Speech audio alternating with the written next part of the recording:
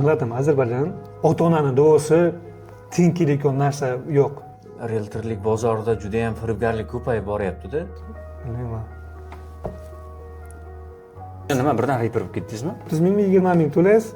Hozir kliplaringiz bormi? Otam roziligini olishni har doim orzu qilganman-da. Azoblash xizmati bo'lgan ekan-da. Endi o'sha payt 305 ming birat по-братски zakonni so'maydi. Bu dunyoni tark qilgan payt oldida bo'lolmaganman-da. Yarim soat, 40 minut, 1 soat o'tdi. Yo'q. Eng katta narsa kibrdan. Bechora ona Ozarbayjonga bormagan. Farzand sifatida ularga ayta olmagan. Birinchi mijozingiz kim bo'lgan? Birinchi mijozimiz siz qilgan mehnatingiz bir tenda. Ipotekasi bor. 200 ming krediti bor. Badasta oxirigacha turadimi? 8 ming dollar shuna olib ketaman. Iloji boricha qimmatroq qilaylik. Aka sizda nima ketdi hadeb. Hamma bir xil tartibda to'g'ri tushuntirib xalqqa yetkazib bersa, choy issiqmi aka? Choy issiq aka. Qani? Ancha bo'ldi. Elmar aka, xush kelibsiz. Xushbaxtlarimiz podkastiga. Xushbaxt bo'ling, xush ko'rdik. Xushbaxt bo'laylik, nasib bo'lsa. Nasib. Tezroq oila qurib siz ham bir anavi qilaylik. Shu podkastda har podkastda aytaman, shu nasib shu yil uylanaman lekin. Nasib bo'lsa. Endi harakat ham qilish kerak-da, Xudo berar deb anavi qilib bir nasib. Barakatli bo'ladi. Barakotli bo'laysiz lekin, barakotli bo'ladi. Nasib bo'lsa. Nasib bo'lsa. Hurmatli Guringlashamiz obunachilari, assalomu alaykum yana bir bor. Bugungi mehmonimiz juda ham Navoiyda mashhur realtorlardan biri Elmar Telmanovich. Xush kelibsiz deymiz aka. Rahmat, boringizga shukur. Hammalaringizga assalomu alaykum. Hurmatli kuzatuvchilar, bizning gruppamizga, oilamizga qo'shilganlar va qo'shilmoqchi bo'lganlarga niyat qilganlar. U nima, yana realtor ko'paytirmoqchimisiz Navoiyda? Komandamiz mana xudoga shu 32 mingta bo'ldi. Endi menimcha kattaroq bo'lamiz, xudo xolasa. Auditoriyani kattaroq qilamiz. 32 mingta bo'ldi. Hozir 32 mingta seryozni artilleriyada turibdi hozir bilan.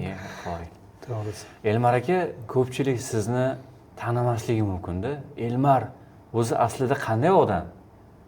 O'zingiz haqingizda ozroq gapirib bersangiz. Xullas, qarang, brat, oddiychasiga, jajarchasiga gaplashaylik. Dokumentallik qilmaymiz, iltimos sizdan dokumentallik xalq charchab bo'lgan. Xullas, 1990-yil tug'ilganman, brat.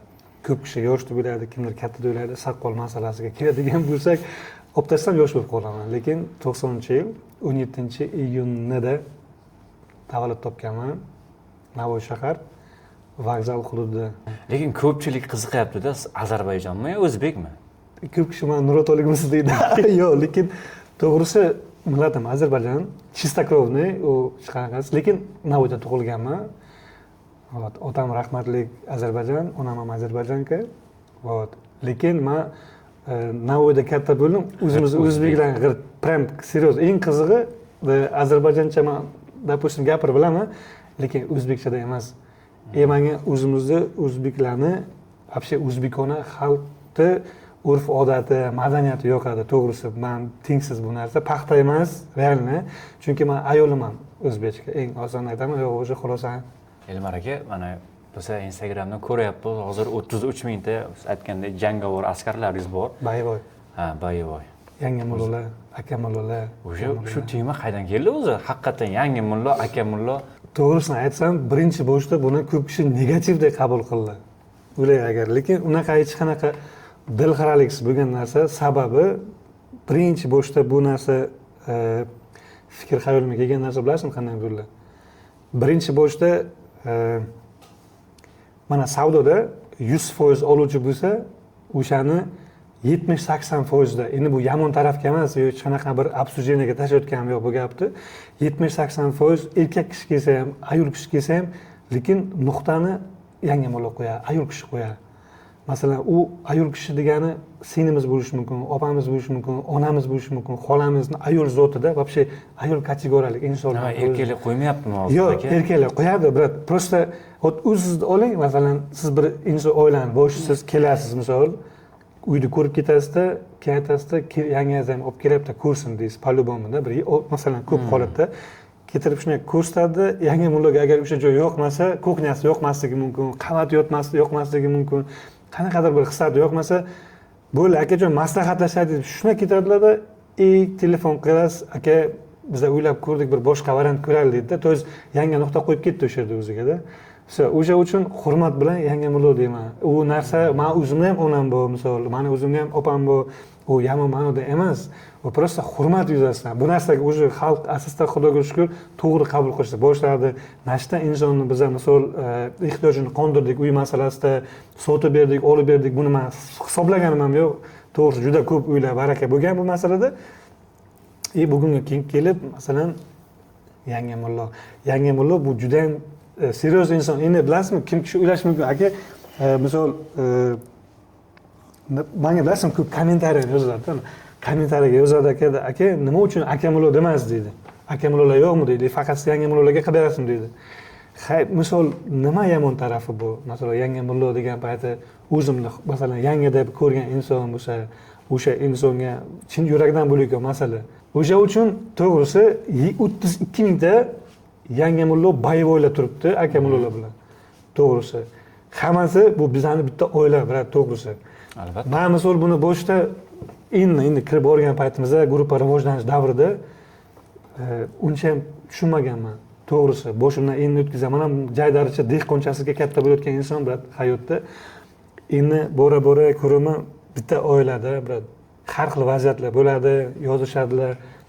Ko'p masalan Instagramni o'zida ham misol lichkaga yozadilar, qaysiga javob berib bilamiz, qaysiga yo'q. Ko'p xil savollar turli bo'ladi. Misol mana shu bir yangi mullo degan masalaga shuni. Instagram bo'lmasa Elmar o'sha mashhur boy bo'larmidi? Ya'ni boy deb bo'lmaydi-ku. Boylik emas u. Xolos qarang, brat. Instagramsiz masalan men o'ylayman, shu bu darajaga yetmasdim, brat. Hali bundan ham katta qilayotgan ishlar bor. Xudo xolasa bu birinchisi ham oxirgisi emas, to'xtash emas. Hech kim to'xtata olmaydi, Xudodan boshqa deydi-ku. To'g'ri, yaxshi niyatlar bor. Chunki niyat xolis. Yaxshi niyat bo'lgani uchun uverenman aytaman shu narsaga. U Xudodan hamma narsa. Endi Xudodan avvalambor to'g'ri bo'laylik, tamom. Kuniga 5 tadan video chiqargandan keyin hamma ham ko'tarilib ketadi-da, timoli. Realtor mavzusi, uy mavzusi bo'yicha hamma aka dedi, men dedi, shu uylarni ko'rib boraman. Men uy olmayman dedi. Uy kerak emas menga dedi, lekin shu ko'raman aka shularni dedi. Chiqishlarini, videolarini dedi, olmagan paytim uy olgilarim kelib ketadi dedi. Bittasi yozadi, aka dedi, shu listat qilaman, faqat siz chiqib kelaverasiz.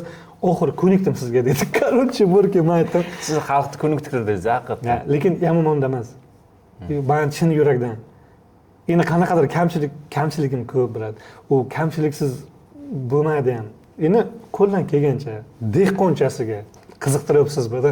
Siz savollaringiz juda ham opasni deydilar-da. Xudo rahmat bermaydi dedi. Agar dedi mobodo gurunglashamizga tushib qolsang dedi, Omadbekdan осторожно bo'l dedi, lekin harakat qilaman. Haqiqatdan. Ijtimoiy tarmoqlarda usti yaltiroq, ichi qaltiroq odamlarni ko'rganingizda ichingizdan nima o'tadi? Avvalambor bitta masalada konkretni любой bitta mana videoga chiqadi Instagramda yoki вообще tarmoqda chiqayotgan insonni ko'rasiz, uni konkretno ichki dunyosini bilmaysiz-da, misol. Siz uni amakisi emas, ukasi emas, jo'rasi emassiz misol-da, uni muhokama qilib bo'lmaydi-da. Qanaqa insonligini bilib bo'lmaydi avvalambor. Chunki siz bilmaysiz uni ichki dunyosi qanaqaligini. Endi konkretno kelganda kasb направленияsi bo'yicha, masalan, kimdir uyda reklama qilib chiqadi, kimdir misol mashinada reklama qilib chiqadi. Masalan, menda ham bo'lgan bu narsalarda, to'g'ri yosh yuvoshda bunaqa narsaga, uyda reklamasiga, masalan, bu darajaga kelishga ham, masalan, bir yillar davomida bo'lib kelgan narsalar bo'ldi. Bu birdaniga bo'lmagan bu narsa. Misol, boshda ham reklamani o'zi bilan boshlaganman. Просто reklamani o'zi bilan pulga muhtojligim uchun bo'ladi. Chunki oilani erkagisan, men halol yo'l bilan olib kelganman bu narsani. Oylikka kelishib ishlaganman bu narsani. Keyin bora nimadir qiralar ochilgan. Bu simpatiya paydo bo'lgan. Yoqqan, chiqqan, efirga chiqishing yoki bir narsani olib borishing, o'zi qanaqadir chetdan obsujeniyalar bo'ladi-ku. Mana bu bola chiqdi, odamga приятно bo'lar ekan. Yoqadi, что sani haqingda yaxshi nimalar bo'libdi. Nimadir sen o'xshab qolgan payti bo'lsa, men yana o'sishga harakat qilganman. Keyin o'zi taklif qilingan, bir oy ishlaganman. Imенно reklamada. Uyda reklamasida o'sha payti Navoiyda ikkita bor edi, gruppa olib borilardi. O'sha yerda boshlaganman o'z faoliyatimni. Birinchi boshda bu 2,5 yil atrofida bo'lgan masala. O'zi qanday kirib qolgansiz bu sohaga aka? Bu sohani tarixi 2,5 yil oldin boshlangan. 2024-yil masalasi. 2023dan 24 oralig'ida birinchi bo'lib reklamaga ishga keldim men. O'sha paytda rivojlanish вообще yo'q edi. Bunaqacha menda может bo'lmagan kimlardir misol bo'lgan, menda masalan sharoitim yo'q edi. Yaxshi kameralarda yaxshi fotoapparatlarda bir ish qilishga misol opit yo'q edi misol. Shuning uchun ham masalan hozirgi kunga kelib qaraymiz, ko'p odamlarda borda sharoit bor, misol qiladi, halollari bo'lsa muammo yo'q. Davr talabi shuda hozir. O'sha payt menda yo'q edi. Men keldim konkretno sizga 5 million so'm oylikka gaplashdim. Reklamani o'ziga uy masalasida edi. Chiqdim chunki oilamga kerak edi. Ishlash kerak edi. Undan oldin masalan boshqa ishlarda ham ishlab ko'rganman. Uni keyin gaplashamiz. Hozir birdaniga aytib tashlaman, chunki mening hayotim kinoda narsada o'zi olib qarasa. Qarang, sal yoshligingizga qaytaylik. O'zi nima ish qilgansiz o'zi? Qanday katta bo'lgansiz? Kim bo'lgansiz? Kesasan bu nasib bo'lsa. Yo'q, davom ettiraveramiz. Davom ettiramiz. Nima farqi bor kesib? Tabiiy bo'laversin. Tabiichasiga guringlashaylik. Dehqonchasiga. Dehqonchasiga. Yoshligingiz qanday o'tgan? Yoshligim, menimcha yoshligim juda ham bog'at bo'lgan. Pulingiz ko'p bo'lganda. Yoshligim chista dehqoncha o'tgan. Endi bitta masala bor, mana qarangda, har bitta davr, har bitta yoshda o'zim davri bo'ldi. Men masalan 80-yillar, 82-yillar, 85-yillar bilasizmi deydi. Bizning vaqtda bunaqa edi deydi. Hop, biz 90-yilda, o'zi biz aytamiz, bizning vaqtimiz ham почти shunaqa bir boshqacha edi deydi. Keyin hop 95-2000-yillar bizning vaqtimiz bunday deydi. Lekin hozir mana 2026-yil tug'ilganlar, 2035-yil biz ham 2026 shunaqa vaqtda edik deydi-da. Lekin bizning o'zimiz davr bo'lgan. Masalan, o'sha paytlari nima sizga konkretno qiziq bo'ladi? Mikrofonchani ushlab qo'shiq aytib yurgan ekansiz. Reper bo'lganmisiz? Hamma ham rep aytishni bilmaydi. Chala reper bo'lganman. Chala reper. Undan 2006-yil o'qishga kirganman Texnika iqtisodiyot kasb-hunar kollejida, Navoiy shahar, Shirinyo'lda. Gorniy kollejga topshirdim, kirolmadim, xudoga shukr. Bu yoqqa perevod qildim. Perevod qildik. Perevod qildim. Birinchi kurs kelganmiz, qiziqish juda ham katta mediaga. Mediaga qani, Xudo rahmat otamning bitta yaqin o'rtog'i bor, hozir ham hayot umrlardan baraka topsin. Ismlarini aytib o'tmayman. Aytib yuring. Baris aka degan bor, akamiz. Juda ham zo'r insonlar. Xullas, o'sha kishi chaqirdi-da. Chaqirdi. Yana otam rahmatlik borib turardi. Men ham bordimda, keyin Elmabda she'r yozganman dedilar. O'zlari ustozchilik qiladi-da. Mo'shin taxlaydi. Ustoz shoir. Yo'q, mo'shin taxlaydi. Keyin aytdi, she'r yozganman dedi, eshitdi. Xo'p, aytdi, vokzal haqida. O'zi vokzalga tug'ilganman. Menimcha hozir vokzalliklar ko'p narsalar yozaveradi kommentariyaga. Xullas, o'sha davrda she'r yozganda shunaqangi ham o'sha territoriyani o'zini nimasi, joy darajasiga, dehqonchasiga volk she'r edi, zo'r yozdi. Shuni chiqaraylik dedilar-da. Siz muhandismisiz? Men o'sha paytda she'rni o'qidim. Bir juda ham katta mas'uliyatda o'sha she'rni aytib chiqarishdi ham edi. O'sha paytda Shirin madaniyat saroyida bitta akamiz ishlardi. Rifat aka degani, Farhod madaniyat saroyida ham Shavkat aka deganlar ishlardi. Yaxshi insonlar, ikkalasi ham ajoyib insonlar. Ikkalasi bilan ishlashganmiz. O'sha paytda yozdik-da, minusini yozdik, muzikasini Rifat aka bilan yozdik. O'shani chiqardik. Keyin asosda kliplar ishlashni boshladik. O'sha paytda 3.2 megapiksellik kameralar bordi. Hozir mana bilan ko'rsam, ana bo'laman kачествосini ular u yerda 3 ta kamera. 3 ta kamera. Xullas, asosda mana shu nimaga mediaga kirib boraverdik. She'r o'zim yozardim. Keyin o'zim yozishni boshladim. Qo'shiqlar ko'p chiqartlashadik. Bir 40 taga yaqin MP3 chiqardim o'sha paytda. Keyin bironta Shunda nima birdan reper bo'lib ketdingizmi? Yo'q, reper emas.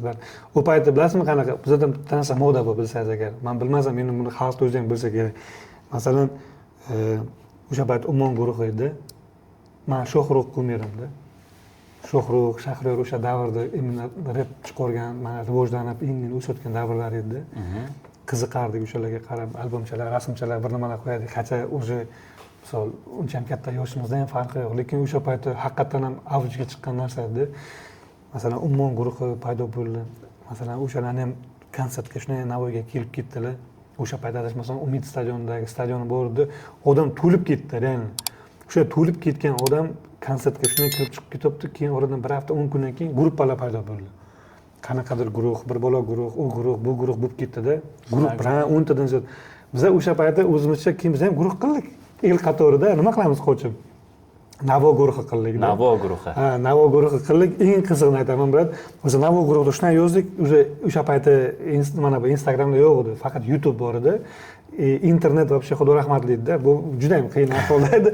keyin endi nimaga internetga chiqaramiz desak, masalan, yuklash qiyin. O'sha paytda eng zo'r populyarni nimada internetda ana bordi, yoshlar.com bordi. O'sha muzika bo'lgan payti, qo'shiq bo'lgan payti yoshlar.comda premyera degan joylarda mazza qilaverardik-da. U ham lekin pulli ketaveradi. Berasiz 30 mingmi, 20 ming to'laysiz, shunaqa ovozchani qo'yib qo'yaveradilar-da. Biz borib tarqatardik, borib bu kompyuterxonaga borib fleshkani berardik, diskni berardik, tashatib olardik. Faqat yagona tarqatish vositasi o'sha kompyuterxonalar edi-da. U bunaqa rivojlanish qayerda edi, birat. O'shanga asta rivojlanish bo'ldi. Keyin biza bu gruppani Navo guruhi chiqarganimizdan keyin, oradan ozgina vaqt o'tgandan keyin rasman bo'ldi. Navo guruhi chiqdi Toshkentdan. Faqat ular уже официально bo'lib chiqdi-da.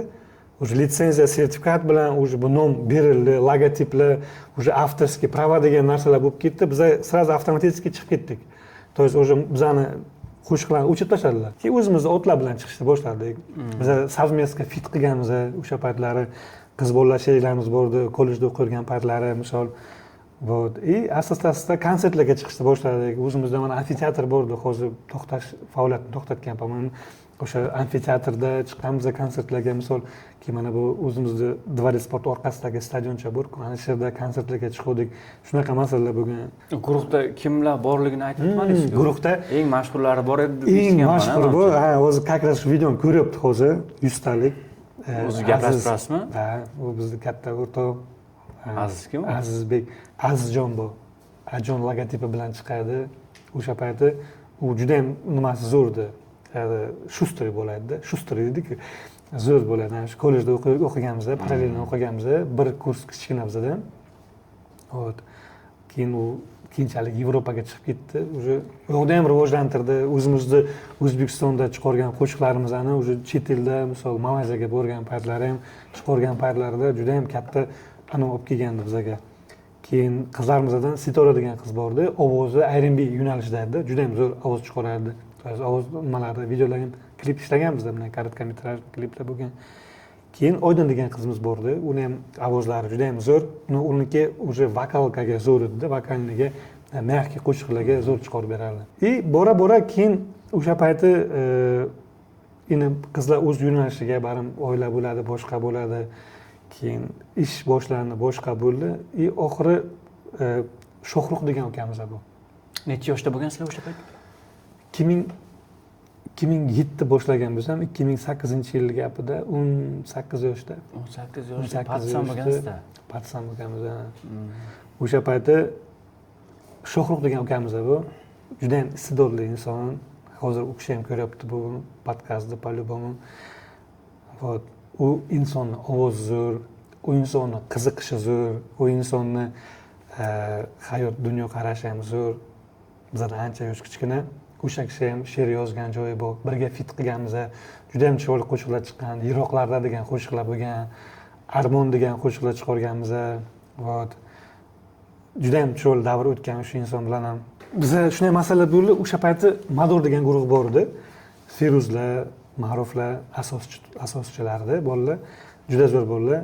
Вот. Endi biz yo'nalishimiz pashta bir xil-ku. Ular ham ijod qiladi, o'zlari yozadi, studiyalari bor edi o'sha payt. Keyin birgalashdik-da.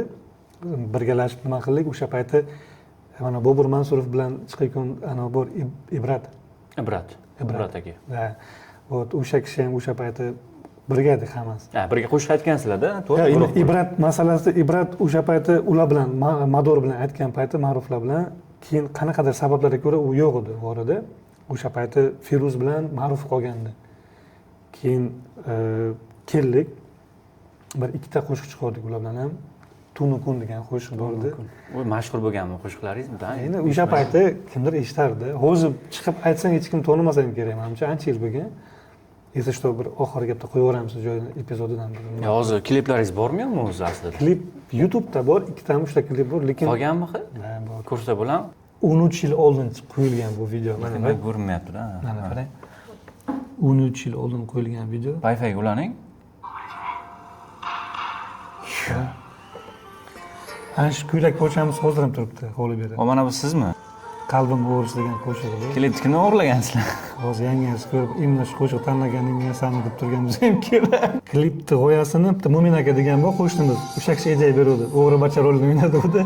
O'shanga qalbim o'g'risi bo'lgani uchun shu aktyorlar seryozni deb 1000 so'mlik, 200 so'm. 200 so'mlikda, 1000 so'mliklar. Hozirgi trenddagi gaplar bo'ladi-ku. Azoblash xizmati bo'lgan ekan-da. Ha, o'sha mana bu, azoblash xizmati dedi. Aka siz nima kelyapsiz? Xalqdan Bu qiziq, ana emotsiyalar berilib ketdi-da ukamiz. Mana bu do'st haqida edi, bir. Do'st haqida aytganimizda bu rep yo'nalishida edi. Qo'yli. Sizmi bu? O'ynashlar. El qator o'ynaganmiz. Lekin ko'p kishi mana qilardi o'sha payt. Bu o'sha payt bilasizmi, efirda o'zingizni bunday ko'rasiz-ku, hatto otis yozilgan payt Omadbek deb yozilib o'tib ketadi-ku, men videolarni tayda odamlar xursand bo'lardi. Shu davrda edi. Siz xursand bo'lgansiz o'shanda? Ha, конечно, bu xursand. Ana vokzal qo'shig'i mashhur bo'lganmi, yo'qmi? Vokzal qo'shig'ini Navoiyda vokzaldan boshqa joy yo'q-ku. Yo'q, bitta masalada vokzal qo'shig'ini konkretno ommaga olib chiqib bo'lmasdi-da, mana konkretno chiqib sahnaga bu juda bir qo'pol rezonans bo'lardi. O'sha territoriyalar o'rtasida rezonans bo'lardi u narsada bir. O'sha uchun biz unga tegmaganmiz. Tak eshitgan, ko'rib o'zi eshitadi. Hozirgacha eshitadilar. Men xursand bo'ldim. Yaqinda ham akamizdan telefonda tushib qolgan payt, "Menda qo'shig'ingiz bor" degan payt men просто qotib qoldim. Yo'q, qo'y. Vokzal. Ya'ni bo'lgan narsada u nima emas, real aytaman, даже so'z isboti bilan. 90-yillar kuzatayotgan bo'lsa, Elmar akani qo'shiqlarini eshitgan bo'lish kerak menimcha. To'g'rimi? 90-yillar по-любому sizni tanimasligi mumkin-da. Ha. Siz hozir lekin Instagramda mashhursiz. Realtorlik sohasi bo'yicha zo'r. Rahmat. Endi qarang aka, yoshlikda endi beboshlik bo'lib ketdi. Hikoyalar bo'lganmi sizni allab ketgan? Manimi? Конечно, allab ketganlar. Konkretnasiga allab ketganlar, brat. Endi bu biznes bo'yicha emas, hayot davomida demoqchi, to'g'rimi? Eng zo'r voqea bo'lgan, вообще серьезно, Jamol degan bitta kursdoshim bor. Yaqin jo'ramiz, akamiz desam bo'ladi, yoshi kattaroq. Paynetda ishlaymiz, brat. Paynetda ishlaymiz, konkretno yil 2009. Paynet sohasida endi o'sha paytda hamma joyda paynetchalar bor edi, bunaqa o'chirib pul tashiyotgan tema bor edi. Hozir ham bizga kerak. Короче, shunday o'tiribmiz, brat.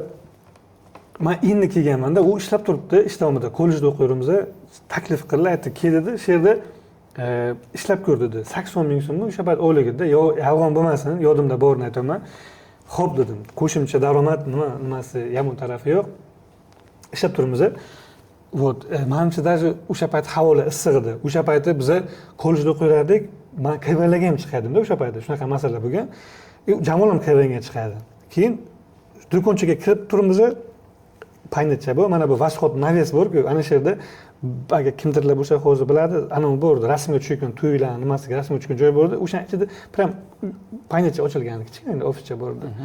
Bu, bitta klient kelyapti, Jamol tashqarida turibdi-da, men ichkarida turibman, o'zi kompyuter oldida bir nima, o'zi как будто ishchi, ofis ishchisi, o'sha payt seryozni bir nimaroq edi. Aka shunday keldi-da, salom alik qildi, gaplashdik. Aytdi, "Aka, menga ana kerak" dedi. Beeline'dan ana o'chirgan shu pul tashiyotgan 5 minglik, 10 minglik bor edi. O'shanaqa bormi dedi? 3 minglik bor edi. Men aytdim, "Bor" dedim. "Menga faqat ko'proq kerak" dedi. Men endi uncha katta savdo qilmaganman. Jamol chaqirdim. Jamol keldi-da, salom alik qildi, gaplashdik. Keyin oxir-oqibat telefon olyapti-da, telefon qilyapti. Hol ber ishlayman. N71 mi, 72 bor edi, narxi tushgan Nokia'chalar bor edi. Telefon qilyapti-da, gaplashyapti. "Apa, nashta olib kelay, buncha olib kelay." "Ha, aka, 10 ta bundan bering." "Aha, 15 ta bundan bering." Shunaqa tema qilyapti-da. В целом hammasi bo'lib 305 ming so'm shunday bo'ldi. Endi o'sha payt 305 ming brat по-братски zakonni so'maydi-da. 2009 masalasi. Короче, keyin Barsetgacha telefon такой мощный, aka o'zi ham plotnakacha-da. Shunday keldi.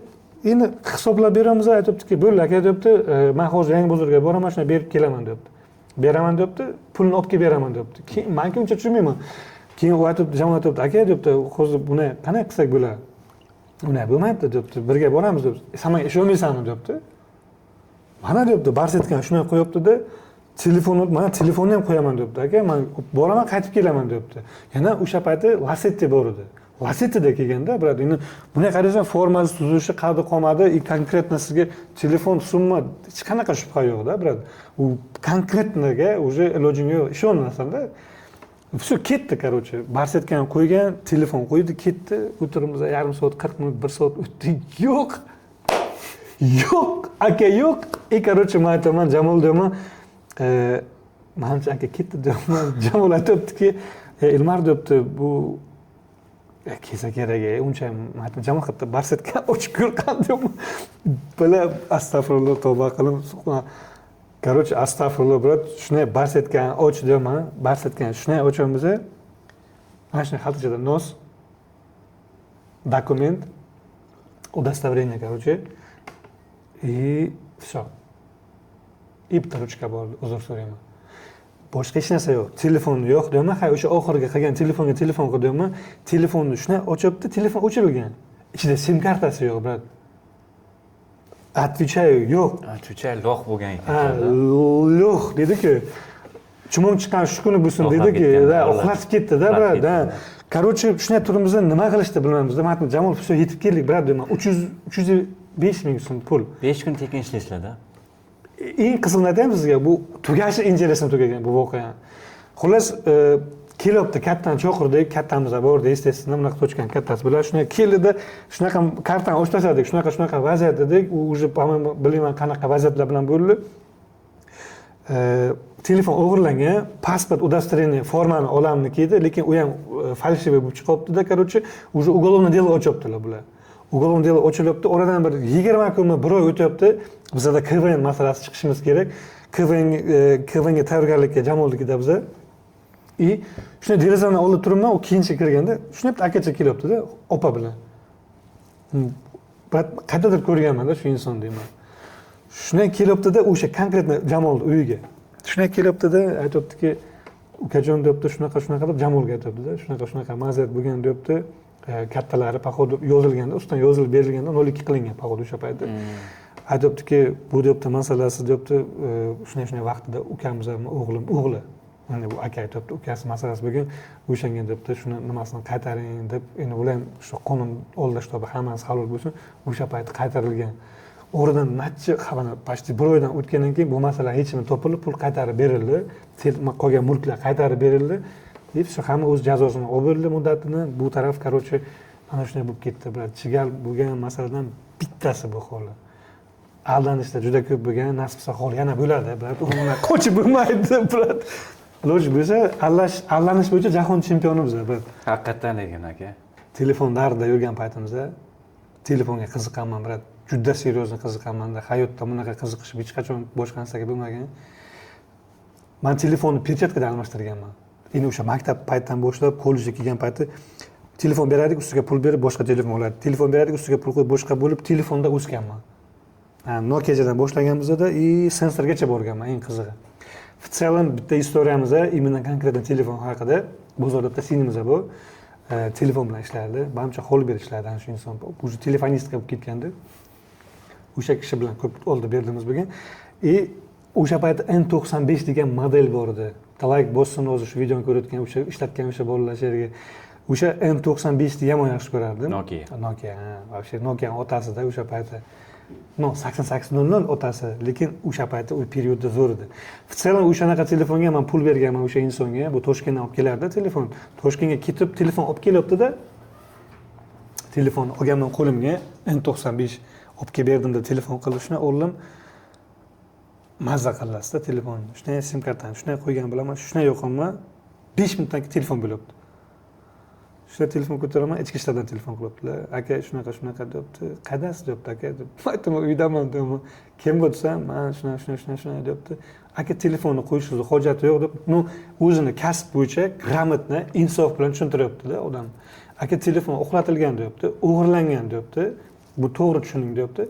siz просто ayting qayerdan qanday olgan tartibingiz bilan naizd bu bunaqa bo'lmagan konkretно по поводу chiqib tushuntirdilar. Men aytdim aka shunaqa tartibda telefon oldim dedim, вообще xabarim yo'q dedim.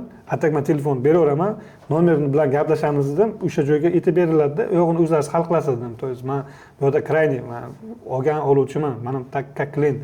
Все, telefonni aytib berdim, как раз Toshkentga keyingi vizovida bordi. Hammasi halol kutildi, hech qanaqa nayiz, ugroza вообще bo'lmagan. Zakonligini qaytarib, короче, berib, keyin уже boshqa telefon olgan. Yana pulga uxladingiz. Da, o'zganagina uxladim. Pul qaytarib berilganda? Yo, o'rniga boshqa telefon oldim. Pulim yetmadi уже, chunki уже ko'nglim qolib ketdi 95 ta, уже boshqa kerakmi? Chunki unaqa telefonlar anuvda ko'p holatda qanaqadir uxlatilganlar tushib qolgandikmi deyman-da. Menimcha shu telefondan keyin o'zi boshqaga o'tib ketdim. Shundan keyin telefonga bo'lgan mehr o'ldimi? Da. Nimaga mehr ochildi? Mehr ochildi nimaga? Men eshitishim bo'yicha mashinalarga juda qiziqar ekansan. Yana o'tirib gapirib qo'ydimmi? Ya, mashinaga juda ham ko'p qiziqqanman. Boshdan bosh mashinaga qiziqqanman. Umrim davomida qiziqishim mashinaga bo'lgan. Menimcha вообще yigit zoti boshdan bosh qiziqishi mashinaga bo'ladi. Xuddi o'shalar qatori men ham mashinaga qiziqqanman va birinchi mashinam o'zimniki Matiz. Bu Matizda ko'p xotiralar bo'lgan, ko'p qiyinchiliklar bo'lgan, ko'p qiziqishlar bo'lgan, ko'p intilishlar bo'lgan, ko'p motivatsiya bo'lgan, yiqilishlar bo'lgan, turishlar bo'lgan.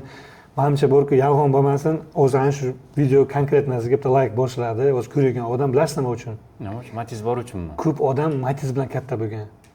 Matiz mashinasi minib katta bo'lgan. Bu ustozimizda bu Matiz mashin. Вообще ekonomichni ham bo'lgan, misol aytib, masalan, erta bir kun qanaqadir holat bo'lsa ham, to есть rasxodi kamroq bu Matiz bo'lgan. Oilaga rizq olib berilgan ko'proq miqdordagi ham ana shu Matiz bo'lgan, brat. Matizda katta bo'lganman. Bo'lmasa Matizi bor, like bosib o'rsan. Matizi bor deb like bosib o'rsan. To'g'ri turing, xayr. Ha, xolos shu. Keyin уже motivatsiya berdi-da. Matiz bor paytim men ayolim bilan tanishganman-da. Mana oila qurganmiz. Mana yo'qchilikda ana shu narsa hayotimda paydo bo'lgan. O'sha motivatsiya bo'lib hayot davomida keyin Nexia o'chib qolganman. Kreditga, xudoga shukr. Mana bugungi kunga kelib men masalan chetda bo'lganman. O'zbekistonga kelgan paytim mana nimalar boshlanib ketdi. Ipotekalar bunday oldin rivojlanmaganda. Misol men 8 yil ketganman, Rossiyada bo'lganman-da. Misol universitetda o'qiganman, oliy nimada kursda, misol bakalavr, magistratura, aspirantura, doktoranturani bitirib kelganman-da Rossiyada. 8 yil ichida. 8 yil ichida. Juda ham katta. Ko'z o'ylab keltirib kelibman. Juda ham katta o'zgarishlar bo'lganda O'zbekistonda. Ipoteka, bu men kelib, men hech qachon ipoteka olmayman deganman. Qanaqa ipoteka desam, mana bugungi kunga kelib, xudoga shukr, ikkita kredit sohibiman, brat. Tabriklashingiz mumkin. Elmar Telmanovich. Xursandman. Birinchidan motivatsiya ber ekan. Yana kredit hammaga kamayadi. Uyq kamayadi. Misol, u yoqda odam o'zing tortasan, qisasan, jo'rabozlik, boshqasi, bunisi, u yoqqa bu yoqqa rasxodga ekonom qilasan, chunki seni kredit kutyapti kelasi. Shuncha mashhurlik bo'lsa ham baribir har bitta odamda qiyinchilik bo'ladi. По-любому bo'lishi kerak, brat. Bitta narsada ham не расслабляйся, bratуха degan gap bor-da. Просто o'zbekchasi nima ayting? O'zbekchasi o'zingni bo'sh qo'yma o'rtoq deydi-ku. To есть bo'sh qo'yib qo'yish joiz bo'ldi. Odam tabiati shu, brat, to'g'risi. Endi men aytmoqchiman, odam o'zini boshqara bilishi, masalan, rivojlanishida va boshqasida bu juda katta ahamiyatga ega. Chunki shayton o'zining ishini bajaradi, brat. O'shaning uchun Xudo asrasin deymiz-da. Eng katta narsa kibrdan. Xudo meni asrasin deyman har doim. To'g'risi. Qo'rqayotgan narsam hayotimda shu, Xudodan yana bir marta tanishda ham studiyada so'rayman, shu meni asrasin Xudoim shu narsadan. Lekin unaqa narsa yo'q. Xullas, o'shaning uchun masala ipotekalar. Bu temaga keyin qaytamiz aka.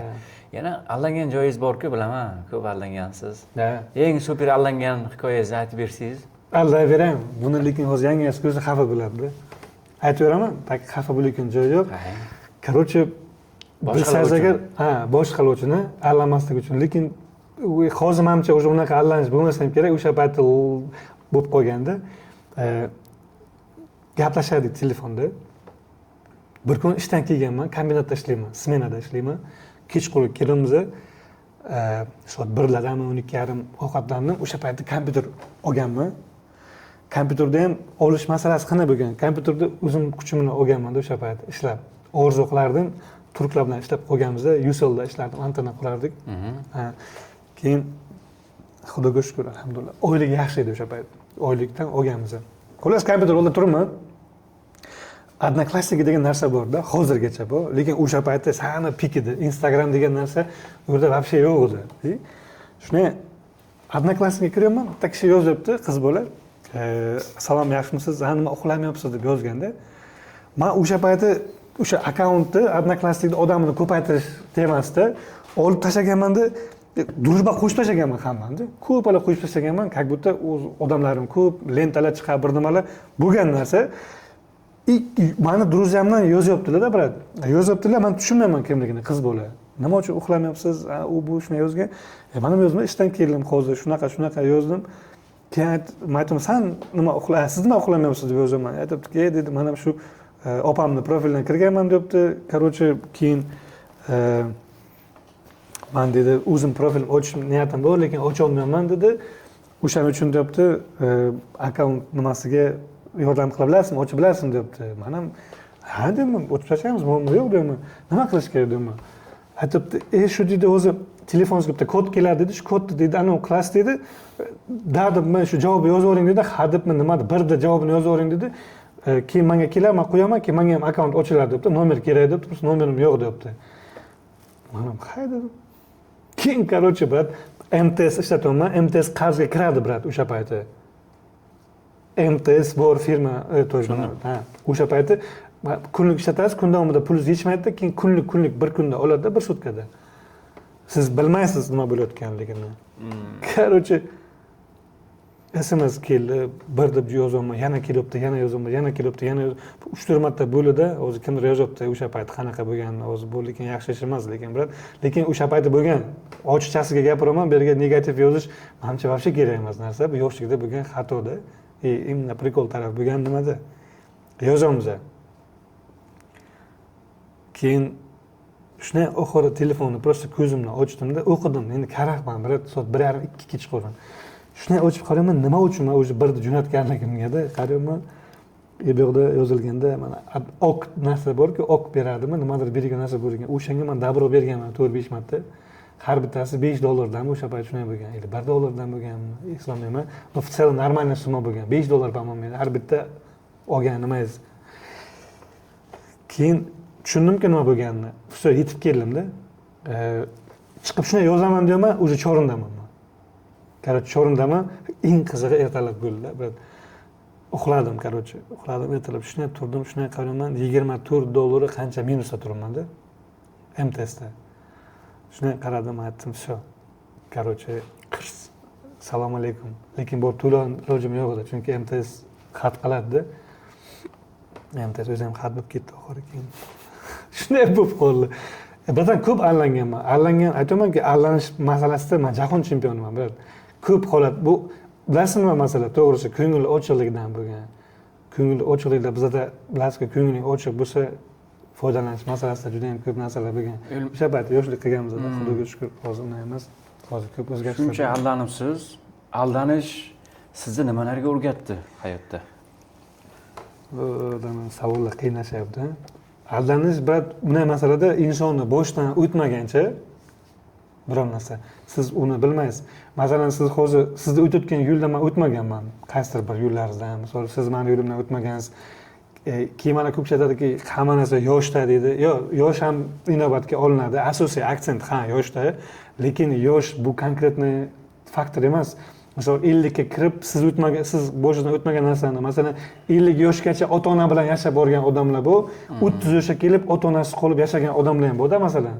То есть uni mehrini, uni yo'qligini uni tushunasiz-ku, brat. Endi masala ko'p menda bunaqa seryozni allanishlar bo'lmagan, brat, to'g'risi, ular bo'lmasdan ham hayotda akkuratni yashaganmiz, unaqachun aldov-davu, unaqachun katta risklarga kirmaganman hayotda, to'g'risi. O'sha uchun menda katta aldanish bo'lmagan, lekin major bu как бы yumor tarifi nimasida aytaman-da, bu unaqa narsa jiddiy, Xudoga shukr, yana aytaman, allanish bo'lmagan, ular bo'lmasdan, hech kimda bo'lmasdan allanish. Zo'r. Qarang, erkak kishi uchun uyat nima?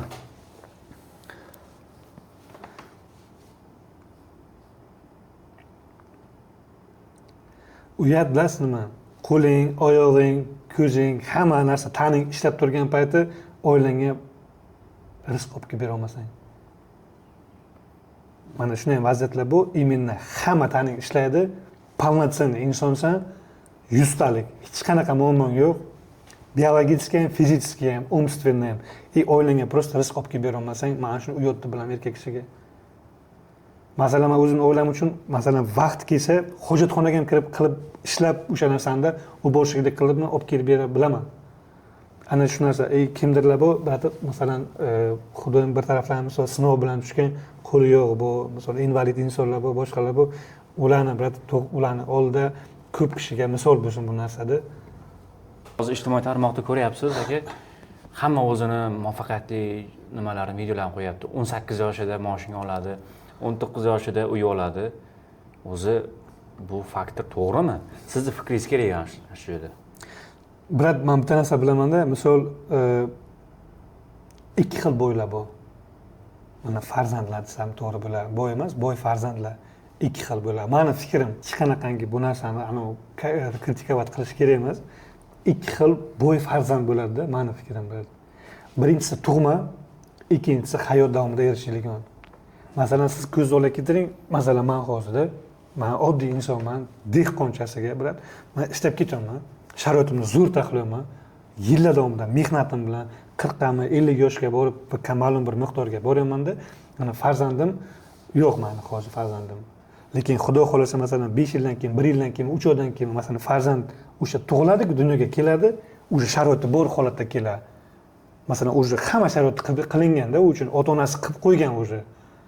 Da, masalan, men noldan boshlaganman, lekin men noldan boshlagan paytda farzandim bo'lmagan. Lekin oyoqqa turgan paytim o'sha farzand tug'ilibdi-da, tayyorgada, misol. Ana shu paytda farzandni olib borish kerak-da, to'g'ri yo'l bilan. Чтобы o'sha narsani suiiste'mol qilmasin, borlikda, to'qlikda, именно. Qiyinchilik bilan erishilgan. Qiyinchilik bilan erishilgan narsa, chunki men erishganman, u emas. U narsa tayyorga, lekin o'sha payt tarbiya bilan olib borsa, u avlodda davom ettirib ketadi. Kimdirlar bu masalan tug'ma emas, masalan, meni holatimda masalan men erishsamda hozir borib, ertaga farzandim bo'lsa, men chunki hozir yoshimni inobatga olgan holatda masalan farzandim endi tug'ilayotgan bo'lsa, bu degan bir qanchadir 45 yoshga, 50 yoshga inshaalloh bo'lsa, bu sal kattaroq bo'lgan paytda u birgalashib boraveramiz. Qiyinchilik bilan-da. U ham keyin erishadi, masalan, sharoiti zo'r bo'ladi. Misol u boshqacha. Elmar aka, siz o'zingiz oyoqqa turganmisiz yo ota-onangiz duosi bilan oyoqqa turganmisiz? Ota-onani duosi, Allohim ota-onasi borlariga shukr, duo qilinglar shu insonlarga, yo'qlarga men hamdardligimni bildiraman o'sha insonlarga. Ota-onani duosi tengkilikon narsa yo'q. Sababi, men misol otamlar yo'q. Lekin men onamni hayotla, Xudoga shukr, ulardan baraka topsinlar shu insonlar. Ko'p holatda sinab ko'rganman. Har kuni ertalab ishga chiqqan paytim, har kuni absolutni duo qiladilar. Duo qiladilar. Shu ostonada turib shu duoni eshitaman har doim. Ukam bilan ishga chiqqan paytim, yangingiz bilan ishga chiqqan payt duo qiladilar, yaxshi duolar bilan. Ishoning, brat, minimum nimadirlar qilib kelaman shu ko'chaga chiqib. To'g'ri, yaxshilik bilan demoqchiman. Masalan, shunday masala bo'ldi, onamlar bukvalni ko'p holatda bo'lgan narsani konkretno o'zi nuqta qilgan kunida o'zim ham analiz qilaman-ku, bu narsa bor deb onamni Ozarbayjonga jo'natdik-da. Shunaqa yangilik qildik, bilet olib berdik. Ozarbayjonga ketdilar. 45 yil deganda bechora ona Ozarbayjonga bormagan. Ko'p yildan beri, yoshligidan kelgandan beri bormagan, 45 yildan shunday ketyaptilar. Birataman ishga chiqolmas, savdo yo'q. To'g'ri, men ishim qo'shilmayapti. Hamma dasturli narsa bor. Uylar bor, vроде бы, hammasi chotki, lekin nimadir qovushmayapti-da oldingida. To'xtab qoldi-da. Men klinus, brat, men jiddiy aytaman, to'xtab qoldim, brat. Keyin onamlar keldi, uyda o'tiribmiz, yana shu duoga o'tadilar. Tak duo qilibdi, boraman 2-3 сделкада, 2-3 uyga zalog olib kelaman. Ketaman, yana bitta tap. Aytaman, ona siz ketmang deyman, Allohchi. O'tiring uyda, iltimos menga duo uchun deyman. Ana bismillah qilaman deyman. Ana shunaqa masalaga tushib qoldim. To'g'ri, ota-ona duosi, endi ko'zda ola ketadi, agar otam rahmatlik tirik bo'lsa nima bo'ladi? O'zi, seriozno tema bo'ladi. U ham onani o'zi bilan shuncha ish qilyapti. O'sha uchun ota-onaning duosini olish kerak deb bilaman, to'g'risi. Butun вообще o'zimizda muslimalarga hammasiga menimcha bu narsani qilayotganlar bo'lsa, yana duo qilinglar. Onaxon bitta duo qilavering. Haqiqatan ham ota duosi juda ham kuchli deydi, brat. Mana shunday masala. ota-onangizga eng katta qilgan sovg'angiz nima bo'lgan? To'g'risini aytsam, eng katta sovg'am bo'lmagan. Lekin sovg'a niyatim bor. Chunki u niyatga qarab ketamiz, Xudo xolasa u narsa sir bo'lib qoladi. Nasib bo'lsa, Xudo xolasa o'sha niyatga erishgan paytda men ommaga chiqaraman shuni. Yaxshi niyatlar bilan. Sovg'a bo'lmaganda. Bo'lmaganda qaysi sovg'a? Katta qimmat dastoyni. Menimcha bunada onaga любой sovg'a borki, u katta ko'rinadi. Misol, ona uchun oddiyroq bir narsa qilsa ham katta ko'rinadi.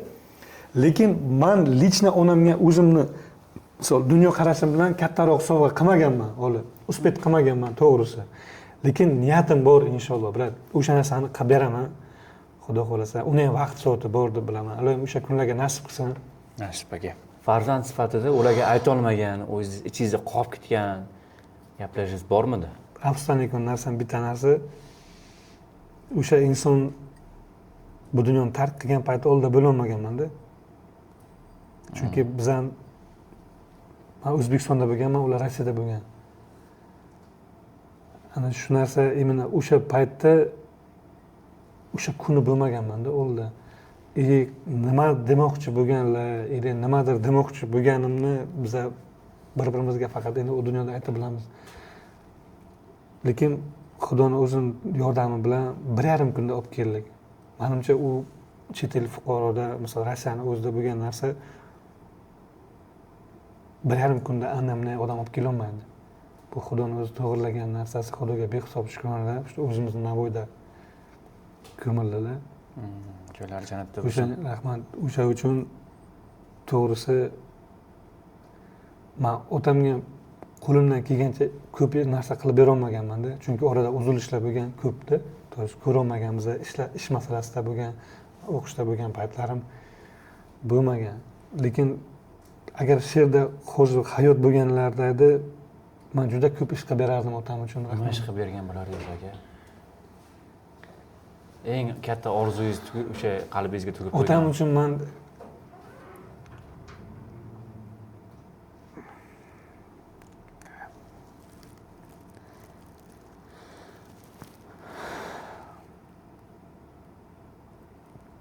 Ota rozi, Xudo rozi deydi-ku. Otam roziligini olishni har doim orzu qilganman-da. Roziligini ola olgansizmi? Rozi bo'lganmisiz? Menimcha rozi bo'lgan bo'lsa kerak ba'zi. Bilmayman.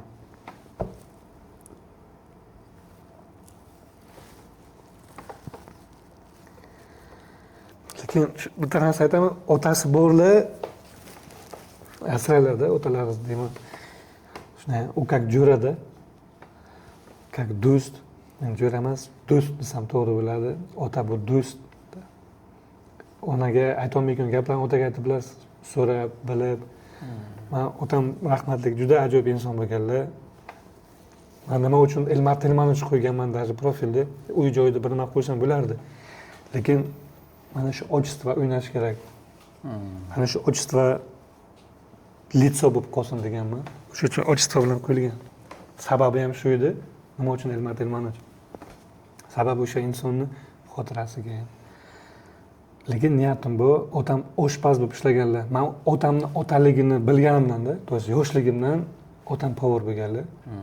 Ko'p joyda xalq xizmatida bo'lganlar. Xalq xizmatini duosi ham juda ham kuchli. Ko'p joyda yaxshi duolar bilan qilganlar, yaxshi yetuk inson bo'lganlar, ko'p kishi toniganlar. Niyatim bor, qanaqadir kafeteriyani, yoki bir kichkina bir restorancha ochib, otamni xotirasiga niyat qilganman. Именно o'zini nimalari bilan, otlari bilan qo'yib, Xudo xolasa, shu ruhlari shod bo'lsin shu inson. Albatta niyatingizga yeting deb qolamiz aka. Otangizdan qolgan, siz hech qachon buzmaydigan eng muhim dars bo'lganmi? Otam rahmatli oilani tinchligini xush ko'rardilar har doim. Masalan, qayerga borib ketsalar, nima qilsalar ham oila notinch bo'lmasin derdi. O'sha narsani o'zimga olganman yoshligimdan. Men uchun ham misol shu narsa oilam tinchligi, to'qligi, shu oilam tinch bo'lsa, to'q bo'lsa, usti but bo'lsa, shu. Meni otamdan eng katta olgan tarbiyamlardan bittagina bo'lakchasi mana shundan iborat.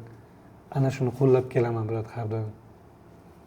Chunki oilani tinch bo'lmasa, tashqarida o'zingizni tinch his qilib yurolmaysiz. Notinch bo'lasiz, ishingiz yurishmaydi. Nerovni o'zingizni his qilasiz. Agar oilangiz zo'r, tinchgina, hammasi halol bo'lsa, undan menimcha muammo bo'lmaydi haqiqatan. muammo bo'lmaydi. Eng esda qolarli, eng oxirgi o'gitlar nima bo'lgan? Maslahatlar nima bo'lgan? Eslab yurasizmi? Misol uchun uyingizga borasiz, baribir otangizni qanaqadir o'tirgan joylari, choylari, o'zini piyolalari bo'lishi mumkin, o'zini kursi bo'lishi mumkin. Dadam rahmatli edi, bitta zo'r gapi bor edi. Telefon qilsam, Elmar demasdi. Telefon qilsam, ha, L derdi. L derdi. Ha, L dedi. Hammasi yaxshimi dedi. Tinchmi? Kamchiliging yo'qmi dedi. Problema bo'lsa telefon qil dedi. Ha, hammasi normal, zakonsan. Ha. Problemang yo'qmi dedi. Problemang bo'lsa ayt derdi. Kesaman deydi-da. Любой ishni qilib berardi. Misol, agar aytsam, qanaqadir masala bo'lsa, yechim topib tashardi. Ko'p masalalarda misol yordam qilgan u inson, to'g'risi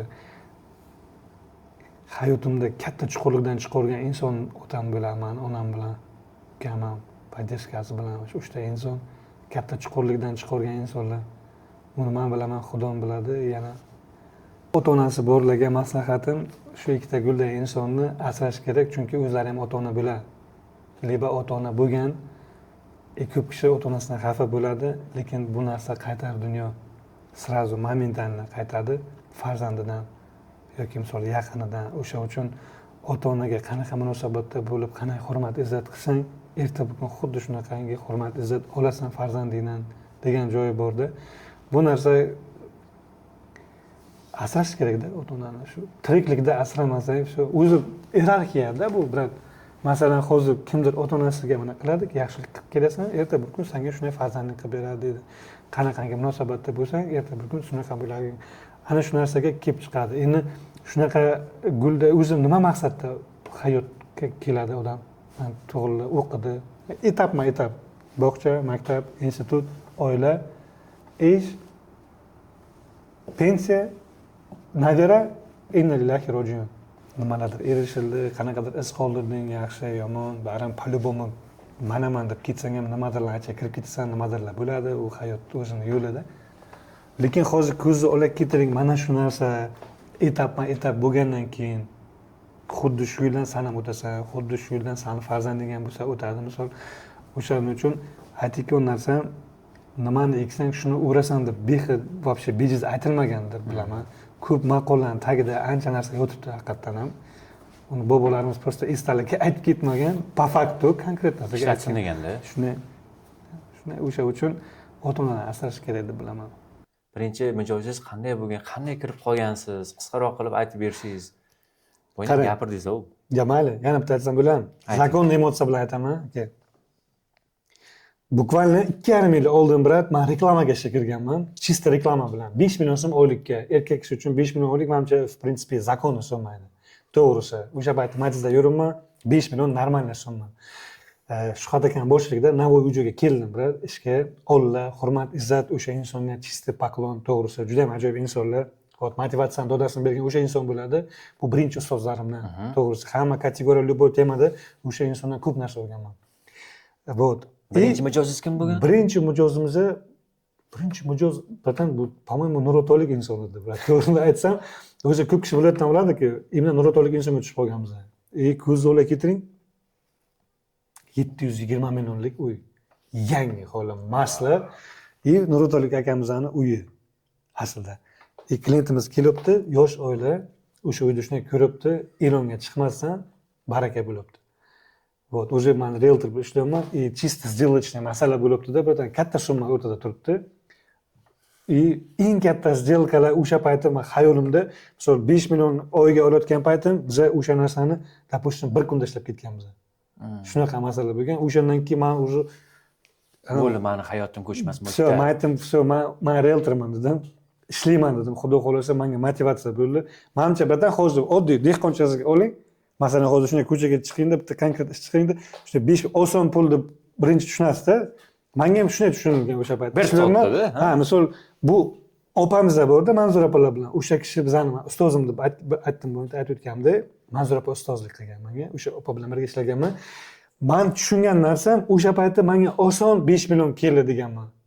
Lekin bu narsa Manzura opa misol yillar davomida kelgan bu narsaga. Bunaqa darajaga, bu klient bazaga, bu klientni misol har xil sotuv yo'nalishiga qaysi payt qanaqangi taktika bilan misol o'sha savdoni o'ziga. Lekin men yangi holi, novichok. Manzura opam oldida misol men oddiy misol masala, lekin o'sha payt men o'sha summani olgan payt men xursand bo'lganman. Nechun buni oson-ku topish deganman. Lekin bora ishlab mashaqqatni o'zimdan o'tgandan keyin o'zi tushundim, что брат bu oson emas ekan. Просто bunga tajriba kerak ekan. Biz agar mana bu 15 yil, 20 yil ishlagan tajriba, bizda bu sirtda Instagramda chiqib ketdi-ku ona. Paraxod buzilib qoladi dedi, chema kiradi, urdi $2 dedi. Qancha bo'ldi? $2000 dedi. Misol aytadi shu 2000 bitta urganing $2000 so'rabsam dedi, aytadi-ku, aka 1998 dedi, bu meni 20 yillik opitim dedi, $2 urganim uchun dedi-ku. Xuddi shu masala meni boshimda bo'lgan o'sha opa bilanda. Biz opa opitni, men-ku bezopitni.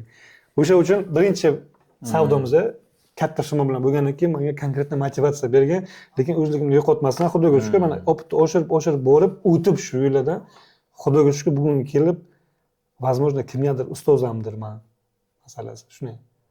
Bu to'xtash emas, bu oxir ham emas, xudo xolasa asosiy narsa o'zligini yo'qotmaslik. Realtorlik bozorida juda ham firibgarlik ko'payib boryapti-da. Sizda kimdir aldab ketgan payt bo'lganmi yo siz kimnidir bilmasdan uy egalarini kuydirib qo'ygan joyingiz bo'lganmi? Chin qalbdan to'g'risini aytsangiz-a? Savdo juda ham nozik masalada. Odamlar hozir sotuvchilar ham ko'p, oluvchilar ham ko'p, realtorlar ham ko'p, juda ko'p. Misol, ko'z o'la keltiring, masalan, kimdir kuydirib qo'yish masalasida bilmasam, u narsa menimcha bo'lmagan. Maqlaman kimni kuydirib o'zim bilan o'zim bilib yuraman misol. Lekin meni kuydirganlar ko'p bo'lgan. Menimcha bundan keyin ham kuydirarlar nasib bo'lsa. Ular bir dunyo ularni to'xtatib bo'lmaydi. Men o'sha uchun ko'p shustr deyman. Nima uchun shustr bilasizmi? Chunki siz kelasizda mehnat qilasiz. Keyin kelib orqasidan shunday sotib chiqib ketadi. Leba keladi boshqacha masalan yo'llar bilan o'sha uyda bitirib ketadi. Siz qilgan mehnatingiz bir tiyinda. Lekin yana bitta narsa borda, misol ko'p kishiga aytasiz, bu narsani tushunmaydi. Ko'z ola keting, konkretno klient ola kelasiz. 2 minutga obzor olib chiqib ketib borib savdoga chiqara olmaysiz-ku. Bu kartoshka emas-ku. Bu vatan. Bu yerda odamlar umri o'tgan o'sha uyda. Uni narxini chiqarasiz, gaplashasiz, tushuntirasiz. Aksariyat ko'p holatda 20-30%, 100% dan deylik konkretno sizga ipotekasi bor bu uyda. To есть ipotekaga asosda olgan, vaqti kelib sotyapti. Tushunmovchilikdan olgan, vaziyatdan kelib chiqib sotyapti, kattaroq qilmoqchi, ipotekasi bor. Yine olayotgan odam kelgan payt, naqdga savdo qilgan payti, qaradi, aka, uni hujjati tozami dedi. Krediti bormi, yo'qmi dedi. Krediti bo'lsa qo'rqadi, chunki o'zi berish kerak uni. To есть shunday masala. Buni bechoraning qo'lida 150 million, 100 million puli bor. Buni misol konkretnasiga 200 million krediti bor. Qanday olsin bu bechora uyda? Narxi zo'r turibdi. Faqat naqdga sotib biladi. Lekin bu ipotekaga olmoqchi. Mana shu yechimlari bor. Tonki joylari bor. Hammasini tushuntirasiz. 40 minut, 50 minut, 1 soat bilan, yarim soat, eng minimum yarim soat men vaqtim ketadi. Bitta сделкаga borib savdoga chiqarish uchun shu uyda. Gaplashasizda, iloji boricha qimmatroq qilaylik. Aka, sizda nima ketdi ha dedi. Qanday nima ketdi ha? Просто istalikka chiqadi deysan, aka. Ko'cha narxi bilan agar ishonsang, choqirgansan-ku, o'sha narsani olib chiqaramiz-da to'g'ri narxi bilan. To'g'ri narx bilan olib chiqaraman desan, chiqarasan, misol.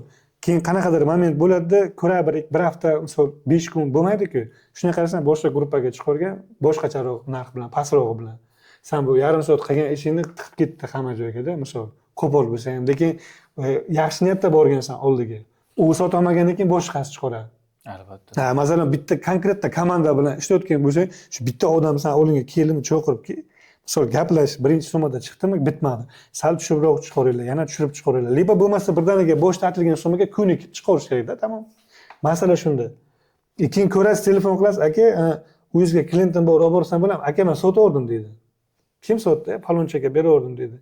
Mana bu gap borki, karbon bitta rizqi bo'lak dedi-da. O'sha narsa hozir juda ko'p anonganda, o'zimiz shunday uspokayib qilamiz-da.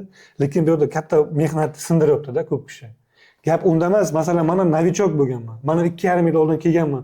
Kimdir uchun men hozirgacha novichokdirman-da. Lekin bu показатель emas. bu yoqda misol 40 yil 30 yil ishlab qilgan odamlar bu qilaversin halol bo'lsa hurmat qilaman ishlarini misol hozirgi kunda masalan o'zim 2,5 yil oldin bilan boshlagan bo'lsam mana kimdir bugun boshlagan u ham bir yaxshi niyatlar bilan ro'zg'origa boshlagan hech qanaqa muammo yo'q faqatgina halol ishlayotgan masala bo'lsa bo'ldi hamma narsa shunda man shuni tushunaman o'sha uchun bitta konkret сделка qilinyaptimi hamma narsa tushunish bilan so'raysanda hammaga uspet qilolmaysan masalan ko'p kishi chiqadi aka misol uyimiz bor deydi sotib berishingiz kerak deydi sotish kerak masala deydi kvartira bo'lar hovli bo'lar объем katta bo'ladi endi harakat qilasan hammaga bir xil tartibda qilishgada ulgurmagan joyga sразу aytish mumkin bu bacha kibrga berilgan deydi qanaqa kibr brat man bilan kibrni orasida bilasizmi qancha farq bor hozir Qancha farq bor aka? mana bir qadam aka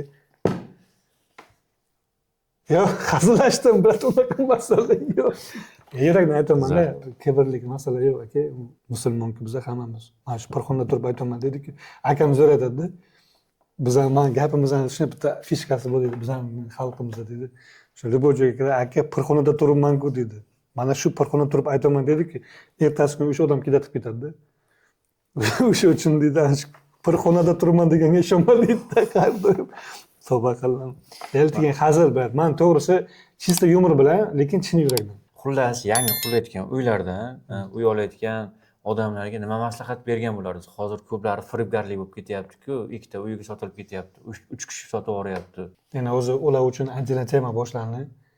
Avvalambor ularga omad tilayman ishlariga. O'zim ham yosh oiladan bittasiman, to'g'risi o'zimning ham niyatim bu. Menimcha hamma niyati bu uy joylik bo'lish deydi, отдельно bo'lish deydi, или там qayerda uyim bo'lib qolsin deydi, misol, ikkita uchta o'g'il bo'lsa ham bir nimalar. 3-4 ta quruvchilar bu, который qanaqadir vazirga ko'ra ish faoliyat to'xtagan, aldanib qolgan joylari bu. Bitta uy 4 kishiga, 5 kishiga va hokazo до сих por o'sha yechimi bilan turibdi.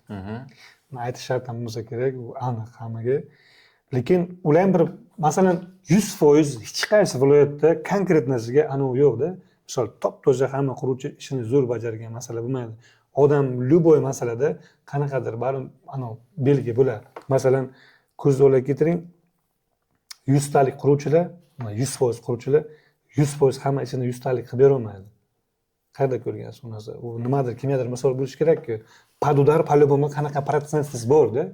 Tushunasizmi? Masalan, misol tariqasida mana fakt konkret narsaga Navoiyda masalan 3-4 ta bor, Buxoroda ham bor, Samarqandda ham bor, любой viloyatda bor. Lekin o'sha tizimni hozir salgina yanada bir yaxshiroq qilib, işte bu narsalarni oldini olish maqsadidan escrowdan ishga tushdi tizimida aprel oyida. Nima ekan u escrow? Escrow через bank orqali, misol pul o'tkazmalar orqali o'sha narsani hal qiladi. Lekin u ham 206 ming so'm bilan hal bo'layotgan bo'ldi. Xudoga shukr, ifsha. Prinsipda katta o'zgarish global bo'lmadi. Naqd pul asosida misol uyingiz xarid qilayotgan bo'lsangiz, faqat ikkitagina faktor o'zgardi. Bitta faktor konkret narsaga oldin masalan eski uylarda 50 million so'm ko'rsatilgan bo'lib 3 yil o'tgandan keyin siz uni 500 millionga sotayotgan bo'lsangiz notariusga kelib 700 million qilib 500 millionga xarid qilishingiz mumkin. Prosta oldi sotdi bo'ldimi deydi o'rtalaringizda, bo'ldi deydi. Assalomu alaykum. 500 ga sotyapsiz, 50 million 3 yil oldin ko'rsatilgan bo'lsa 700 million deb ko'rsatasiz. Hozir endi 700 million ko'rsata olmaysizda, olayotgan summangizni ko'rsatasiz. 3 yil o'tgan bo'lsa agar masalan 50 million so'm 3 yil oldin edi 500 ga olibsizmi 500 million ko'rsatasizda o'sha 500 million bankka borib shunday qo'yasiz joy darajasiga tushuntiraman 500 million shunday qo'yasiz ikkalamiz boramiz siz oluvchi bo'lib shunday kelib 500 million bankka qo'ydim sizni shotingiz maniki shot ochib 206 ming so'm berildi bankka o'sha pul yaxlatildi notariusga oldi sotimiz o'tdi и все signal bordi bank tarafdan что haqiqatan ham qo'yildi bu tarafdan pulni oldi sotdi bo'ldi pul o'tadi tamom sizga и все siz baxtli oilasiz masalan men pulimni olib ketdim shu endi baland ko'rsata olmayman demoqchiman shu masalasi и undan tashqari agar ipoteka bo'layotgan bo'lsa вообще farqi yo'q ipoteka qanaqa oldin shunday edi xuddi shunday bo'lib ketyapti xudoga shukur shu narsa bilan yakunlandi undan ham sal jo'stkoroq masala ham bo'lishi mumkin edi lekin mana shunaqa tartibda bitta lekin bu hozir sal baribir qanday bo'lmasin anavda ishonchliroq bo'ladi quruvchilarni masalasiga kiradigan bo'lsak endi baribir yosh oila hozir mana o'zimizda yangi Navoiy City qurilyapti ko'p kishi savol beradi aka dedi misol yangi Navoiy Cityda misol shu yerda domlar qurilyapti ishonchlimi deydi ishonchli chunki u yoqda yurtboshimiz prezidentimiz tarafidan polni nazoratda turibdi u territoriya u yerga anlamni quruvchi ham kira olmaydi то есть u territoriyada qolmaydi polni nazorat ostida bo'lyapti o'zini plankasi bu oyma-oy отчет topshirilar qaysi darajaga kelgan qanchadir vaqt berilgan qurilishiga misol ma'lum bir kategoriyalik quruvchilar bu necha mingta kvartira qurilyapti hozir. Misol, hozir 10 million so'm bo'sh to'lov, 40 million so'm bo'sh to'lov bilan berilyapti. Kvadrat metri faqat sal qimmatroq. Masalan, o'zining strategiyasi bilan qanaqadir quruvchi individualni o'zi uchun bir ma'lum bir tartib qilgan, o'sha bo'yicha xarid qilinyapti. Lekin masalan, agar hozir konkretnasiga puli kam bo'lib turib, puli bo'lsa, masalan 50 million, 40 million, 30 million pul bo'lsa, yangi quruvchidan olsa, imенно рассрочкаga olsa, yutqizmaydi. Puli chirt-pirt bo'lib ketmaydi demoqchiman. Lekin ikkilamchiga u uyda ola olmaydi. Ikkilamchiga yetmaydi. Chunki ikkilamchini masalan 26% bank o'zining ustavi bor, 26% bank so'raydi. Masalan, ikkilamchida 26% uyda umumiy summasidan aka bizga mana shu summa bo'ladi dedi. Lekin yana bitta minusi bor. Masalan, siz hozir 26% topdingiz uyiga. Masalan, bir xonalik olyapsiz, o'rtacha masalan 6-7 mikrorayonda 1-2, 3 dostupniy etajda kvartira 360-370 million atrofida bo'lsa, shu bugun kelib 100 million yetadi, brat. Lekin 100 million yetgani bilan siz borib o'sha 100 million bergansiz 260 million olishingiz kerak-ku bankdan. Bank bermasligi mumkin, chunki sabablar bor. Birinchi sabablardan bittasi bu kvadrat metr kamroq ko'rsatiladi, bank tizimidan o'tmaslik ehtimoli. Bu bir. Ikkinchidan remont holati, etaj holati, jihozlar holati, допустим, buni ham ta'siri bor. Xonalar soni bitta bo'lgani uchun sizga 260 million bermasligi mumkin. 100 bo'lsa, 360 ga bo'lgan bo'lsa. O'shaning uchun допустим, dostupni olib bo'layotgan masala хотя бы eng minimum 2 xonalik agar hujjatda ko'rsatilgan bo'lsa, kichkinaroq kvadrat bo'lsa ham o'tish ehtimoli kattaroq olishingizda. Но все равно eng minimum 100 dan ziyod pul kerak bo'lyapti hozir. Что bu uy olish uchun ikkilamchidan 100 million va undan yuqori summadagilar uy olish ehtimoli bor, demoqchiman. Undan pastiga qiyinchilik. Bo'lmaydi. Lekin bizda bitta yosh oila bo'lgan, eng qiziq voqeadan bittasini aytib o'taman sразу. Yosh oila bo'lgan 50 million so'm pul bo'ldi qo'lda. Birkin telefon qilibdi, 50 million so'm pulim bor deyapti. Yosh oila shunaqa vaziyat, maslahatlashamiz. Почти bir yarim soat gaplashdik. Yarim soat gaplashdik, u yoqdan bu yoqdan tushuntirdim. Biroq 4 oy deganda adashmasam, 4 oyda, 4 oyda ichida o'sha odam 110 million qildi pulni. 110 million ishladi, ana shu 60 million so'm дополнительный masala bilan shuni ishlab keldi. 110 million o'zim uyib berdim. 110 millionga. 110 million bosh to'lov bilan-da. 110 million bosh to'lov bilan uyib berdim. Mana Yujniy UVD taraflarda, Uchitashka domlarda ko'p kishi aka buziladi deydi, ana shu qaragancha shu gapni aytadi. 30 yildan keyin ham buziladi degan gap bilan yuraveradi. Lekin paketda bor-ku, buzsa ham bir nima beradilar. По-любому восстановление qilinadi. Qachon buzadi? Mana Xudo rahmat, benim davrda bizlar ko'chalarni buzadi ular, lekin holi berib bo'sh ko'chalar turibdi ham, Xudoga shukr. O'sha uchun o'sha 110 millionga dostupni 2 xonalik olib berildi, 380 million so'mga. 2 xonalik kvartira olib berdi Yujniydan, ikkinchi etajdan. Mana Xudoga shukr, holi berib masalan baxtli savdoda yashab nima muammo Bu uchun sizga murojaat qilish kerak ekanda. Bemalol murojaat qilsalar, masalan, menda bo'lsa ham har doim taklif qilganman, brat. Masalan, uylar ham rezinka emasda, misol chiqadi, ketadi. Uyda narxi to'g'ri chiqsa, все odam o'zi sotib biladi. Odamni o'zi, to есть uyda egasini o'zi sotib biladi. Faqat uyda narxi to'g'ri chiqsa. Bizga puli arzonroq, puli to'g'ri chiqqan nima uylar bo'ladi, tez bitib ketadi, brat. Ulgurmoqchi bo'lsangiz agar zaryadni aytib qo'ysangiz ham, misol kimdir telefon qilib, aka, uy tushib qolsa ayting degan payti Telegramga yozib qo'yamiz, masalan, baza bu, tashlab beramiz, ilonga chiqmay ham sotib ketiladi. Kimga shunaqa xizmatlar kelayotgan bo'lsa, pastda podpiska bo'lib qo'ysin hozir. Gurunglashamizmi? Xo'p, qarang, yaqinda chiqqan o'sha qaror bo'yicha gapirdingiz hozir, sizlarga qanday ta'sir ko'rsatdi? Xolos, birdan hech qanday ta'sir bo'lmadi. В принципе, faqat ozginagina ish jarayoni uzaydi-da. Masalan, 1 soatda 6 soat qilardik, naqdga bo'lsa agarda, o'sha 2 soatgami, 2,5 soatga. Chunki bankka borib, mana bu escrow счет ochtirish kerak-ku. Bankka naqd pul borib qo'yish kerak. Mana shu borasiz, очередь bor, boshqasi bor, unisi bor, bunisi bor. Mana shunga ozginagina cho'ziladi. Uncha ham katta, Xudoga shukr, global o'zgarish bo'lmadi. Bemalol savdo bozor ochiq. Kelib naqdga xarid qilayotgan bo'lsa ham 206 ming so'm bilan hal bo'lyapti. U ham oluvchi tarafdan berilyapti, tamom. O'sha uchun ipotekaga вообще ta'siri yo'q. Bemalol agar kimdir o'sha narsani hozir uyda o'tirib, qanaqadir qiyinchilik bor ekan, escrow misol bor, через bank bo'ladi degan muammo deb o'ylayotgan bo'lsa, uy olmayotgan bo'lsa, u narsani esdan chiqarsalar, bemalol kelsa, men o'zim yordam qilaman qo'limdan kelgancha, 206 ming so'm pul bilan hal bo'ladi naqdga bo'lsa agar. Ipoteka bo'lsa вообще muammo yo'q, qitashamiz, muammo yo'q. 206 ming kim to'laysiz? To'laysizmi yo to'laymi? 206 ming so'mni siz to'laysiz, ba'zi. 206 ming so'mni oluvchi to'laydi. Ha, keling, qisqaroq savol javob qilaylik. Kimdir mana misol uchun, men uyim bo'lsa, men sizga aytsam, keling, uyimda mana shunaqa aybi bor. Shuni kimgadir sotamiz, faqat yashirib sotamiz desa, siz narsani qanday qabul qilasiz? Vijdondan shunaqa narsa bo'lganmi sizda? Yo'q, masalan, Sheriklaringiz bilan yo'q, aldab men sразу aytaman, brat, bunaqa holat menda вообще bo'lmagan. Kelib nagl, aka shunaqa vaziyat uyini. Chunki birinchi navbatda bu narsani yoshirib bo'lmaydi. Chunki notarius bu yoqda bank tizimi bo'lishi mumkin, to есть bu yerda hamma joyda kasalliklari, ayblari chiqib keladi. Masalan, asosiy bunaqa holatlar bilasizmi qachon bo'ladi? Bu meros bo'lgan uylar bo'lsa agar. Masalan, 7 avlodidan bir nimalar bo'lib ketgan, bir nimadan bir nima bo'lib ketgan, kimdir o'tib ketgan, kimdir bo'lgan, hamma naqa masala bo'lsa, muammo bo'lishi mumkin. Lekin u narsani notarialni hamma narsa tekshiramiz, brat. To есть u narsani bizda bittagina uyni reputatsiyasi uchun, misol, pul ishlaymiz deyish uchun butun reputatsiyani tiqib olmaymiz, brat. Tushunasizmi? Reputatsiya bu muhim narsa. Siz buni yillar davomida shunday qozonib kelasiz, hurmat, izzat, ishonchda bittagina qanaqadir uy uchun tiqib olish u вообще bu nimada desam neправильно-da, to'g'ri emas. O'sha uchun qanaqadir masalasi bo'lsa, menda misol bo'ynimga olmayman u narsani sразу. Ikkinchidan biza ishlayotgan notarius, mana Shahlo davlatida notarius bu Navoiy bo'yicha eng masalan yetuk insonlardan bittasi, ko'p ish tajribaga ega, masalan yonimizda ishlaydi. O'sha kishi bilan ishlaymiz, lekin shu paytgacha bironta kamchilik sezmaganmiz. Misol hamma ishini halol pokiza qilib kelyaptilar. Misol qanaqa problema, даже 5000 so'm svetdan qarz bo'lsa ham klient uyi opa qaytaradi, Elmarjon to'g'rilab kelsinlar. Opajon, hayotingizdagi eng qiyin bitim bo'lganmi? Сделками? Ha, brat. Bitim. Menimcha bu hamma kishining hayotida bo'lgan masala. Biza shunday masala bo'ldi, yaqinda bo'lgan narsa, 3 ta uy sotganmiz.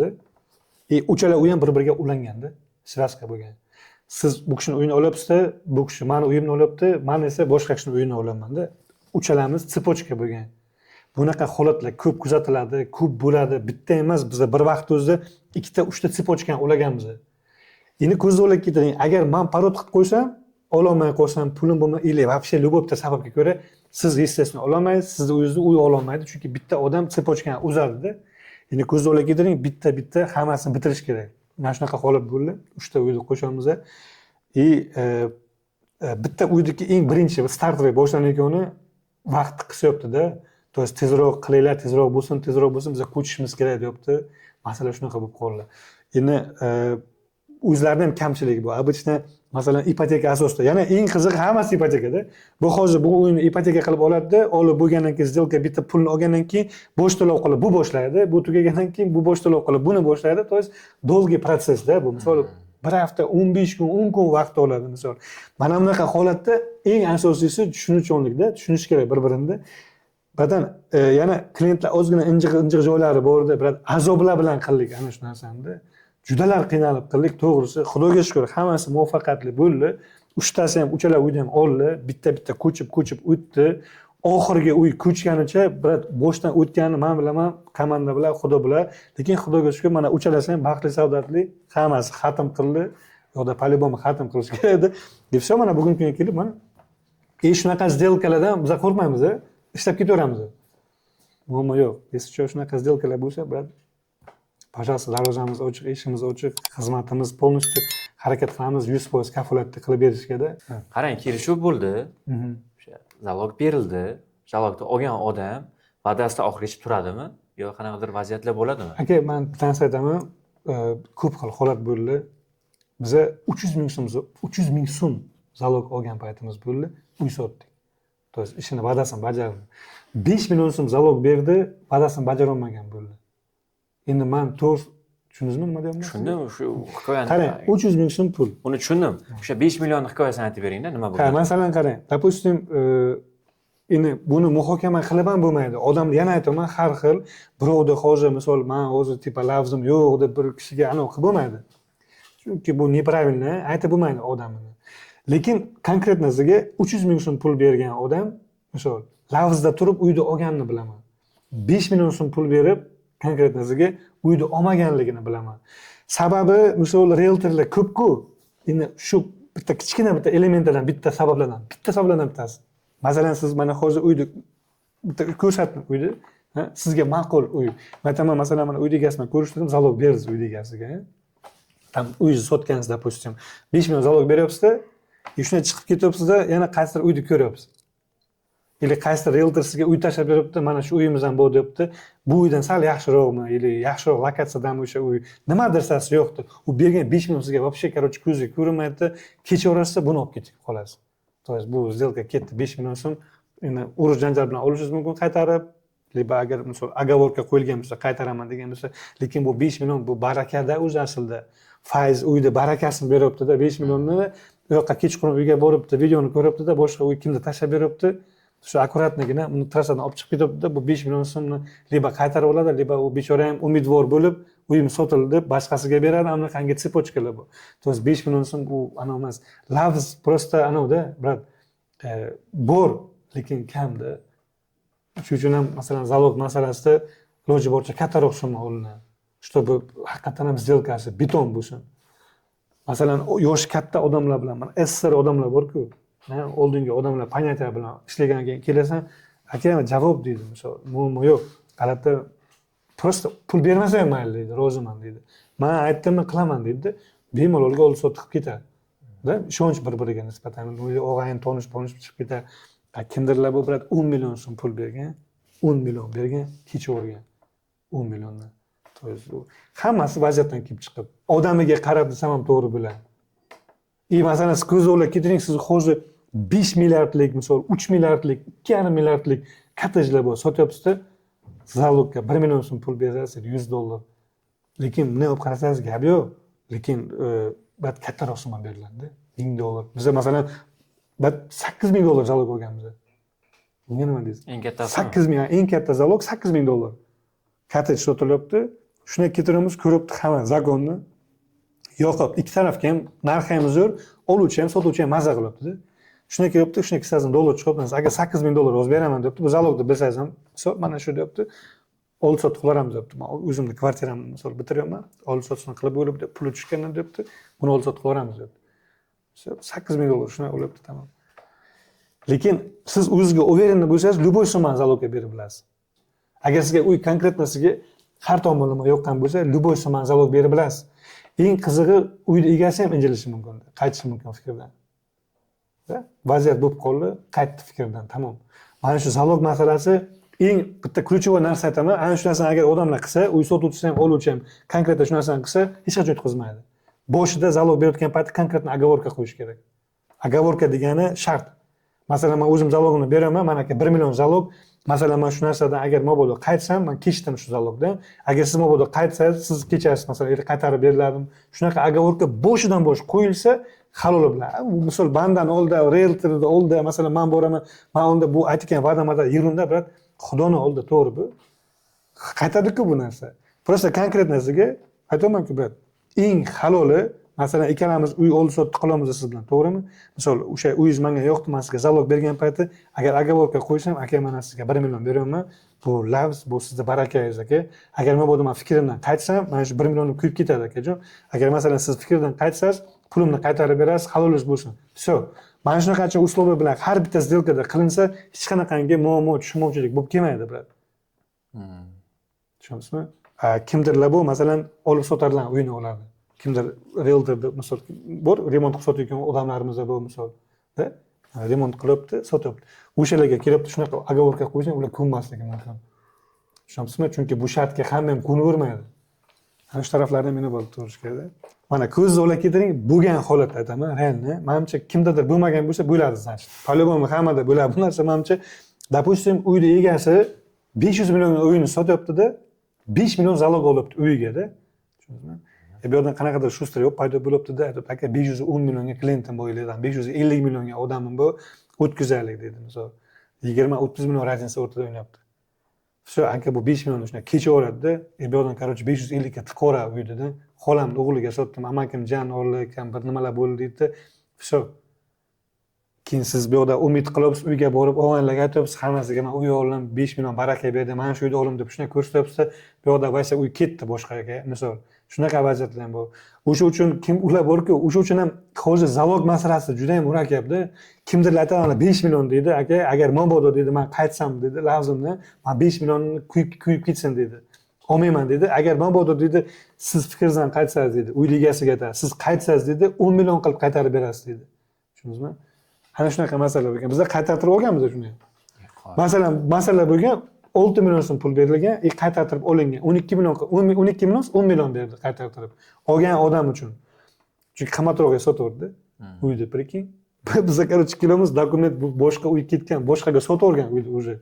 Biz bankka boramiz hujjatlar bilan o'z boshimiz. Sherigingizda temasmidi o'sha? Aytib beringlar endi shuni oxirigacha. Menda konkretdan shaxsan bo'lgan vaziyatdan bittasini aytaman. O'sha zalog berilib, masalan, boshqa summaga sotilgan joyi bo'lganda, bir inson bo'lgan, допустим, uyni niyat qilib olyaptilar onalariga deb. O'sha uy boshqa odam, masalan, kimdir otida bor, o'sha uy bu qimmatroq summaga sotyaptilar-da. Qimmatroq summaga sotyaptilar-da, berilgan zalog 6 million so'm zalog masalasi 2 barobar qilib qaytarib bergan shart bo'lganda, bir amallab oldik shu narsani, lekin уже oluvchi ham kelyapti, aytibdi, aka debdi, lavz aytilgan-ku, shu narsa qilingan-ku debdi-da, meni o'rtaga tashyapti-da. Men как go'stachi bo'lib qolaman-da, ikkita o'tni arasida tashyaptilar-da. Ilojing yo'q, bu noning san, ishing shu. Halollab bitirish kerak. Biroq amallab oldik, 10 million qilib olindi, lekin undan biz o'zimizga konkret hech qanaqangi pul nima qilmadik. O'sha oluvchini ololmay qolgan egaga ketdi. O'sha uyni просто dokumentini almashtirib, aka, uterini qilib, pateriya qilib, u qilib, через davlat xizmatlari dokumentda vastanavit qilyapti. Qonun bo'yicha hech qanaqa muammo yo'q. Просто yo'qoldi deb tikilyapti-da, boshqasiga sotaveribdi uyda qimmatiga. Ham shunaqa emas, men qotib qolganman просто. O'zi bankka ipotekasini boshlagandik-da bu odamni. Prikин, shunaqa tema ketyapti-da, bankka kelamiz, uy taxta turibdi-da. Uy yo'q уже, boshqa odam olib ketgan uyni. Kecha oldi sotdi bo'lgan masala. Orada chunki uzilish bo'ldi-da, pul to'g'rilab, bankdan pulni yetish masalasida. O'zi realtorlik sohasida do'stlik bo'ladimi yo quruq oyoqdan teparimi? Hammamiz jo'ralar bitamiz. Kimdir kim bilandir tonish. Kimdir kimlardir cheris, kimdir tonish. Lekin bizda shunaqa aql insonlar bor. Yo'q, hech kim misol realtorlar masalasida men komanda deb bilaman ishlarda misolda. Men o'zimizda 30 ta odam bor, bu tarafda 20 ta, bu yoqda 10 ta katta komandalar bor. Lekin biz fikr almashamiz. Qani masalan, men klientim bor, kimdir sherigimizning uyi bor, bemalol bir-birimizdan taklif qilib ishlab ketamiz. Men o'sha uchun konkretno sizga aytaman, akalar lavz bilan agar bo'layotgan bo'lsa, bitta konkretno odam bilan ishlayapsiz ham oxirigacha ishlaringizni bitiringlar. Misoliga, qanaqa kelishuv bo'lsa, leba o'sha zalogni olgan paytlaringiz, o'sha agavorkani bu kishi isdan chiqib ketsa ham o'zlaringiz qo'yiladi, halol bilan yakunlaylar. O'shanda hammaga oson bo'ladi ishlash. Ana shu masala. Albatta. Shu. Vijdon pok bo'lmasa, ish ham halol bo'lmaydi-da. Shunday. Xo'p, xullas hamma o'ylaydi, Elmar soqqani bosyapti, uylarni sotyapti deb. O'zi vaqtingiz yetyaptimi onangiz bilan o'tirib suhbatlashishga, oilangiz bilan o'tirib gaplashishga? Omadbek, bitta masala, men xursandchilik tarafi, oilamga vaqt kam ajrataman, to'g'risi, lekin men oilam bu narsani to'g'ri tushunaman. Ayolim ham, onam bilan ham вообще yaqinlarim. Sababi hozir o'sish davriga turibmiz, rivojlanish davrida. Hamma narsasi to'g'ri. Lekin kasami imенно kelgan paytda masalan soqqa qilinayotgan joy degan joylarda birat Xudoga shukr, Xudo halol bilan beryapti. Misol hech qanaqangi harom qilish narsada emas, halol bilan olib kirilyapti uyga, misol ro'zg'orlikka. Ikkinchi masala, misol men bitta o'zim emasman. Bizda komanda bor. Menga o'xshagan misol o'zimda kichkina oilacham bor, ishimda biza usul ob'yom beramiz, har bitta inson uyiga bo'lak-bo'lak bo'lsa ham rizq olib kiradi. Kimdir agar katta ob'yom kirgizayotgan desa, buncha video qilyapti, boshqa qilyapti. Biroq bu bitta video chiqishi, bitta uy sotilishi bilan 5-6 kishi misol oilasiga rizq kirgizyapti-da. Misol, tak kim qanday tushunsa, biroq. Misol, masalan, men o'zim o'shni kreditda hozir yuribman. To'g'risi. Men investitsiyamni boshqa joyga kirgizmoqchiman, niyatim bu. Misol, boshqa mashina minish mumkin, qimmatroq narsa qilish mumkin, lekin asta-asta sekin-sekin o'saman. Xudo xolasa undan ham katta yutuqlarga erishish niyatim bor. Misol, hammasi misol по мере возможности-da o'sha imkon qadar degan joyi bor. Lekin iloji boricha harakat qilamiz. Misol, har birimizga shu bir bo'lak halol bilan kirsin uyga. Masala shu, kim qanaqa fikrda so'qqa qiladi, boshqa qiladi. O'ylayverish bemalol. Shunda pul ishlanyapti. Lekin u siz o'ylaganda ham million, milliardlab emas, bir o'zini bir ma'lum bir miqdorda. Shu masalan, kimni muhokama qilib 50 million, 100 million kimdir emasda, bir unaqa summalar bo'lsa ham taxoda yurardim, biroq.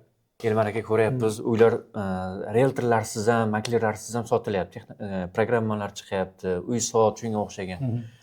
Shu sizlarni ishlaringizga qanday ta'sir ko'rsatyapti? Men hech qanday ta'sir ko'rsatmaydi. Dangal gap. Sababini aytaymi sizga, ochiqchasiga-da, to'g'risi, ochiqcha darajasiga jay darajasiga. Men sizni savolingizga konkret javob beraman aka. Hozir konkretnisiga men любой platforma chiqsa ham, misol kimdir bu ijaraga platforma qilgan, kimdir bu misol uy sotish masalasi bo'lsa ham, endi ko'z o'ylab ketiring, krediti bu 300 millionlik krediti bu, mana sizni uyingiz platformaga chiqardingizda, bitta Vася kelyapti, uyni ko'ryapti. Olmoqchi, gaplashdi, mana siz nomeringiz qo'yilgan, bordi o'sha yerga. 300 million so'm kreditga duqa yetami uzishga? Puli yo'q sizda, pulingiz yo'q uzishga. U uzolmaydi. O'shanga o'tada konkretni realtor bo'lsa, o'sha narsani nazoratga oladi, bilan. Polni siz tarafniki ham, bu tarafniki ham ipoteka chiqarib bilan keyinchalik qanaqangi действиялар bo'lsa, o'shani realtor qilib beradi. O'shanga uslugasini oladi. Misol aytmoqchi bo'lganim, realtor bilan atak faktiski oson ishlash. Uyingiz arzonroq olasiz, chunki uyni egasini konkret dilini realtor biladi, to есть makler biladi. Masalan, men 500 millionga sizdan do'g'ri qilaman, ertasi kuni uy sotyapsizda 530 millionga sotyapsiz uyingizni. Olgan odam dehqon 530 millionga olyapti. Qancha men 500 millionga chiqarganman yilonga o'zi. Bunga nima deysiz? 30 million zararga o'tib ketdi o'zi bilmagan holatda. Lekin men konkretni chiqarganman 500 millionga o'shani. 530 ga sotyapti, brat. 30 million prosta masala realtorga o'rtaga kirmagani uchun 1% dan qochyapti u. Masalan, ko'p faktorlar bu. Bu oson emas. Qarz uzish bu, dokumentlarni yig'asiz. Masalan, o ipotekaga bosh masalasini qilasiz, bankka borib 1 hafta 10 kun chopmaysizda, 3-4 kunda hal bo'ladi. 3-4 kunda hal bo'ladi, faqat bittagina masala bo'lsa, oluvchi taraf ham, sotuvchi tarafda ham hujjatlari rovna bo'lsa. Misol kimdadir aka 1 hafta biz chopdik dedi ipotekaga dedi. Misol 1 hafta cho'zilib ketdik ishi dedi. Chunki oluvchini, допустим, kafilligi yo'q, misol kafili chorinda bo'lishi mumkin, yoki o'zi chorinda bo'lishi mumkin-da, допустим, banklar bermaydi, yoki uy baholashdan o'tmasligi mumkin. Shunaqa faktorlarga sabr so'raymiz har doim. Aka, o'zingizga sabrli bo'ling, iloji boricha qilamiz, kamroq foizda chiqaramiz, shutob nagruska bo'lmasin. Bular birdaniga misol 10 kun ketdi, aka 1 haftadan beri bo'lmayapti. Sabr degan narsa yo'q. Ana shu yerga sabrda tiqorib masala. Ana shu narsadan ko'p injilamiz. O'shuning uchun bir-birini tushunish kerak. Realtor bilan oson ishlash, prosta tushunish kerak. Bir-birini odam tushunish kerak. Odamiga murojaat qilinglar. Men aytmayman, menga konkretni kelinglar, men bilan ishlanglar deb. U narsani aytmayman hech qachon. Odam kerakli odam bilan kim bilan ishlashdi? Kelib ishlayaptilar ham. Xudoga shukr, ba'zan yetarli, brat. Ishlayapti odam. Ko'p odam bu uy sotib berishga ham, olib berishga ham ba'zan yetadi, brat, xudoga shukr. Lekin demoqchi bo'lganim, to'g'ri odam bilan ishlash kerak, tamom. Kim bilan ishlasangiz ham, konkretni to'g'ri odam bilan ishlasangiz, ishingiz osonroq bitadi, brat. Tushunasizmi? И всё. Hamma narsa oson. Prosta odam o'ziga ko'proq qiyinchilik yaratadi. Kimdir kim quloq soladi, maslahatchi bir dunyo, misol. Lekin qarorni o'zi qabul qilasizmi? Maklerlarga ishonmaydigan odamlarga nima maslahat berasiz? Odamiga tushmagansizlar. Shu odamiga tushmagansizlar prosta. Chunki masalan bitta konkretnari, mana ko'zda o'ylab ketiring, mana oilani oling, 5 ta odam yashaydi, hammasi bir xil bo'ladi. 5 ta barmoq har xil bo'lgandan keyin qanday hamma bir xil bo'lib biladi? Masalan, hozir siz men reklama qilib chiqardim uyni, to'g'rimi? Siz uyni ko'rdingiz, uy ma'qul keldi-da, lekin pulingiz kamroqdir, boshqa kelib siz o'sha narsani uyda ko'rasiz-ku, o'sha jarayonda biz uchrashamiz siz bilan, to'g'rimi? Telefonda gaplashgansiz, men ko'rmagansiz, videoda ko'rgan bo'lishingiz mumkin, lekin men kelyapman, siz bilan gaplashyapman, suhbat quryapman, polностью tushuntiraman, по полочкам, qanaqangi tartibda siz uyda olishingiz mumkin, qanaqangi uy olishingiz mumkin вообще. Pulingiz nimaga yetadi sizda? Konsultatsiya bu juda katta narsa. Konsultatsiyaning o'zi pul. Buni olib qarasangiz. O'sha narsani polni sizga tushuntiriladi, pul olinmaydi. Prosta tushuntiriladi. O'sha uyda sizga qanaqa tartibda to'g'ri yo'lda olsangiz bo'lishni maslahat beramiz, to'g'rimi? Endi ko'zni o'ylab ketiring. Masalan, hozir siz konkretno bitta realtorga murojaat qildingiz, uni opiti slabroq, sotuv masalasida misol tajribasi yo'q, sizga bu narsani tushuntirib bera olmasa, siz уже qanaqadir boshqacha qaraysiz-ku. Hammasidan shunaqa ekan, bu o'zim ham bo'lsam bo'lar ekan degan fikrda. Maklerda, realtorda konkretno vazifasi protsessni boshdan oxirigacha yetkazib berish. Tushunasizmi? Polnoro siz prosta uverenniga uy olishingiz kerak. Shundan keyin dostoyni uyda uveren narxda olib chiqib ketishingiz kerak. O'sha uchun xizmat beriladi. Bu esdalikka qilinmaydi bu narsa, brat. Misol, bu non, bu bizning nonimiz, misol. Kim masalan shu ishni qilyapti, mana haloli bilan qilyapti, qilsin. Hech qanaqa muammo yo'q. Tushunasizmi? Faqat o'sha narsani hamma bir xil tartibda to'g'ri tushuntirib xalqqa yetkazib bersa, o'shanda ish ma'noqatli bo'ladi-da. Realtor degan narsani misol anons bo'ladi. Kimdir qadadir qachondirlarsa allangan bo'lsa, u hammaga atrizitsiya qilishi kerak emas deb bilaman. Chunki hamma bir xil emas, brat. Ana shu masala o'sha uchun masala shu. O'zbekistonda uy sohasida sotib olish bo'yicha tartib bormi? Qarang, men endi O'zbekiston bo'yicha bor tartiblar hammasi bor. Допустим, realtorlik sohasi, вообще mana ko'p realtorskiy agentstvalar ochilgan hozirgi kunga kelib ommalashib ketyapti. Chunki sivilizatsiya bor, hozir katta investitsiya kirgizilgan, qurilish juda ham rivojlanish katta, естественно, bu narsalar ko'payadi bora-bora. Misol, tartib qachon bo'ladi? Qachonki hujjat bo'lsa, konkretno bitta agentство bo'lsa-da, o'sha hujjatda imенно dokumentatsiya bilan ish yuritilsa, tushundingizmi? Oluvchi, sotuvchi, o'rtada realtor dogovor, shartnoma asosida qilinsa, o'shanda tartib nizom bilan bo'ladi. Как mana o'zimizda Toshkentda bu tartib qilingan shunaqa tizim, Buxoro, boshqa Samarqand misol, bu narsaga естественно soliq to'lanadi, налог to'lanadi. O'shanaqa tartib xudo xolasa bizda ham bor, bo'lyapti уже. O'sha asosda o'sha hamma narsa tizim soatda ishlash boshlaydi. Chunki bitta odam uyni sotgan payti, sotuvga kelgan payt, masalan, siz kelibsiz, menga uyingizni sotib bering degan paytingiz, men sizdan shartnoma qilaman. Shu xolangiz qiziga sotsangiz ham, amakingiz o'g'liga sotsangiz ham, sotmasangiz ham qanaqadir masalan o'zini miqdori to'lov bo'ladi. Masalan, oluvchi ham xuddi shunday. Kelib zalog berdi, uyda olaman dedi, ertaga kechordimi, o'sha zalog masalasi qanaqadir tartibda bo'linadi. To'z o'zini shartlari bo'ladi. Shu o'shanga soliq biz to'laymiz, hamma narsasi nizom o'rta bo'ladi. Shu hammasi chotki bo'ladi. Siz bitta uyda masalan olib 95 ta realtorga bermaysiz keyin. Bitta komanda bilan ishlaysiz, bitta shartnoma tuziladi, o'sha shartnoma asosida biz sizga o'shani sotib beramiz. Hammasi oddiy. Bu narsa просто hujjat mamlakatcha masala bo'lsa, hech qanaqa muammo kelmaydi. Lekin bora-bora bu narsa hozir bo'lib ketyapti, xudo xolasa, bundan keyin juda ham kuchli bo'ladi. Все intizom, tartib, hammasi chotki bo'ladi. Hamnaqangi shustarliklar, tushunmovchiliklar masalasi bo'lmaydi. Savolda qisqasi aka, mana hozirgi zamonaviy uylar yaxshimi yo oldingi SSRda qurilgan uylar yaxshimi? Qaysi birini sotib olgan yaxshiroq? В целом hammasi yaxshi, brat. Yangisi ham, eskisi ham zo'r. Sababini aytaman. Misol, eski domlarda blok stavka domlar bor, трехлестник domlar bor, panelli domlar bor-da, misolda, galerka domlar bor. Допустим, hammasi sinovdan o'tib bo'lgan уже. O'zini zilzilaga chidamligi, bardoshligi, вообще boshqasi. Yangi domlarning ham top quruvchilari bor.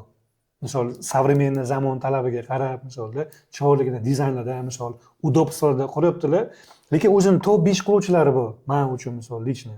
O'sha top 5 quruvchilardan uyda olib xarid qilaverasiz, hech qanaqangi muammosi yo'q. Lekin eng zo'r fishkadan bittasi eski domda yashovchilarni yangi domga ko'chirish azob. To'g'ri, ular eski domga ko'nikib bo'lgan.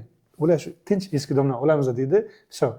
Lekin yangi domga, masalan, hozir O'zbekiston bo'yicha, butun dunyo bo'yicha sivilizatsiya o'zgaryapti-da. Endi bu narsani yoshlikdan, masalan, eshitib aytilib keladi, endi mobodo уже shu yoshimiz zal o'ta hayotda ko'ryapman, lично o'zim. Chunki masalan Navoiyga ham viloyatdan ko'p kishi kelyapti hozir. Navoiy, допустим, Toshkentga ko'chyapti. Ko'pisi e'tibor qilgan bo'lsangiz, Toshkentda uyimiz bor. Eng minimum uy olib qo'ygan. Короче, bu yerda Toshkentdagilar Yevropaga, to есть sirkulyatsiya bo'lyapti-ku misolda. Hozir masalan viloyatdan kelgan eski domga kam miqdorda odam talab qilyapti. Asosiy talab yangi Navoiyga. To есть shahar ikkiga bo'linyapti-da, yangi Navoiy shahar. Bu juda серьезный perspektiva bo'ladi. Bu yangi Navoiy shahari proyekti, brat, agar butunlay tugasa, полный bitsa, boshqa atmosfera, to'g'ri, seryozni bo'ladi. O'sha uchun bu narsani ko'rib bilganlar o'sha yoqqa qadam bosyapti. Bu yoqda esa masalan eng yirik katta tadbirkordan bittasi, masalan, Art House'ni oling. Navoiyda juda katta o'zgarishlar keltirdi. Katta ob'yomlar oldi, proyektlar qurdi. Bugungi kunga kelib 36 etajlik ob'yomlarni qurishni boshlaydi nasibsa. 36 etajlik Navoiy shahar bo'yicha eng katta ob'yom proyektlardan bittasi. Ko'zga keltiring, qanaqangi premium joyda yashashingiz mumkin. Mana shunaqangi talablarni hammasini bajarib mana bugungi kunga kelib qilyapti. Endi 5 etajga panel domni ko'ringda, bu yerda 36 etajga yangi domni ko'ring. Ko'zga keltiring. Endi kimdir o'zini ehtiyojiga qarab uy oladi-da. Misol kimdir maktablar 8-18 mana 7-mikrorayonni oling, 6-mikrorayonni oling. Допустим, topovoy lokatsiyalarni olingda, misol 9-mikrorayon. Bular maktab o'quv muassasalari, kimdir ishxonasiga yaqin, kimdir misol xolasini o'g'li turibdi, amakisini qizi yashaydi. Shunday. Kimdirlar yangi joyga ham to'lov qo'yapti. To есть hamma vaziyatdan kelib chiqib yashayapti, brat. Hamma vaziyatdan kelib chiqib uy olyapti. Masalan, siz bugun bir xonalik oldingiz, to'g'rimi? Ertaga xudo xolasa farzandingiz katta bo'ladi, 2 xonalik qilasiz. Yoki 3 xonalik, yoki hovli erta bir kun. Kimdir hovlini sotib, ikkita bir xonalik. To есть hamma vaziyatdan kelib chiqyapti. Biza lично vaziyatdan kelib chiqib klient bilan ishlaymiz. Tushundingizmi? Masalan, sizning vaziyatingizda siz sotuvchi bo'lsangiz, sotuvchi sizga polностью sizni tushunamiz. Lично men tushunaman sizni. Agarki oluvchi bo'lsa, men oluvchi bilan gaplashaman. Bitta uyda oluvchi, sotuvchi nima uchun uyni sotyapti, tushunaman birinchi. Nima uchun sotmoqchi u? Sabab. Oluvchi nima uchun olayotgan? O'sha ikkalasini taqqoslab keyin biz сделка qilaman. O'shanda уже bilasan-da, masalan erta bir kun telefon qilgan payt alo aka bu nima bunday qilyapti degan paytda man aytaman aka bu masalan shunaqa vaziyat mana shunaqa bo'lyapti o'sha uchun deb tushuntirib berishim ham uchun chunki odamlar bir birini vosdan tushunmaydi qanaqadir bir ikki kun telefon ko'tarolmay qolib больницаga tushib qolgan bo'lsa aka bu telefon qilib ko'tarmay baka boshqa uy ko'ralik deydi u больницада bechora то есть ana shu narsani o'rtadagi vositachi biza o'sha uchun to'g'ri realtor tanlab bilish kerak tushunamizmi hamma bir xil emas ishonchli qilmoqchi bo'lsa misol xizmat qilyapmiz mana xudoga shukur murojaat qilsalar qo'ldan kelgancha harakat qilyapmiz misol объем katta brat ishoning просто o'sha paytda kimdir telefon ko'tarish bu ko'tarolmasligimiz bu misol nimadir bo'ladi o'shanga bu behijolat bo'lish kerak emas man uzr so'rayman ko'tarolmagan joyim bo'lgan bo'lsa lekin sheriklarimiz ham bu ular ham ko'tarolmasligi mumkin lekin baribir o'z vaqtidan chiqamiz hammaga birday anavi qilish qiyin uspet qilmaysizda объем katta brat o'sha uchun shu Elmar aka, sizni ijtimoiy tarmoqlarda hamma yangi mullo deb taniydi. Undan keyingi maqsadlar nima? Aka mullomi? Yo'q. Birinchi sabab nima uchun yangi mullolikni aytaymi? Hozir 32 mingta auditoriya bu o'zimda lично brat. Mana shu yerda 70% aksariyatimiz yangi mullolar. Bu bizning opalarimiz, sinlarimiz, onalarimiz, xolalarimiz va так dalay. Hammasiga hurmat qilaman, ishonchli insonlar. Borlariga shukur shu insonlarni hal qilayotgan nuqta qo'ygan masalalari yoqsa yoqmasa aytib bilayotganlari fikrdan qaytarayotgan va fikrga keltirayotgan o'sha insonlar bo'ladi aytmayman hammasi deb misol bizani erkaklarimizni hurmat qilib o'sha insonlarni ayollarini opalari sinlarini rozi bo'lishardi bir narsagada to eng nuqta qo'ygan o'sha insonlarimizni hurmatlab o'sha uchun man har doim yangi mullo deyman chunki o'sha inson faqat tushunadi shu narsani qanaqadir joyda misol xatolik qilgan misol kimlar aka nima uchun aka mullo demaysiz deydi nima faqat yangi mullolar deysiz deydi brat bu чисто yurakdan atdushi masala yurakda g'araz niyat yo'q или qanaqadir bitta monopoliya emas manipulyatsiya emas просто по-братски чисто yurakdanda bo'layotgan narsa o'sha uchun aka mullo bo'lmaydi aka mullo tak hayotda bu nima qilamiz akamizdan nima qilib biza o'zimiz hammamiz erkak kishi bizlarga anavi shart emas ayol kishi hurmatda bo'lsin bu narsa erkak kishi понятно что erkak kishi 18 yoshli Elmarni ko'rib qolsangiz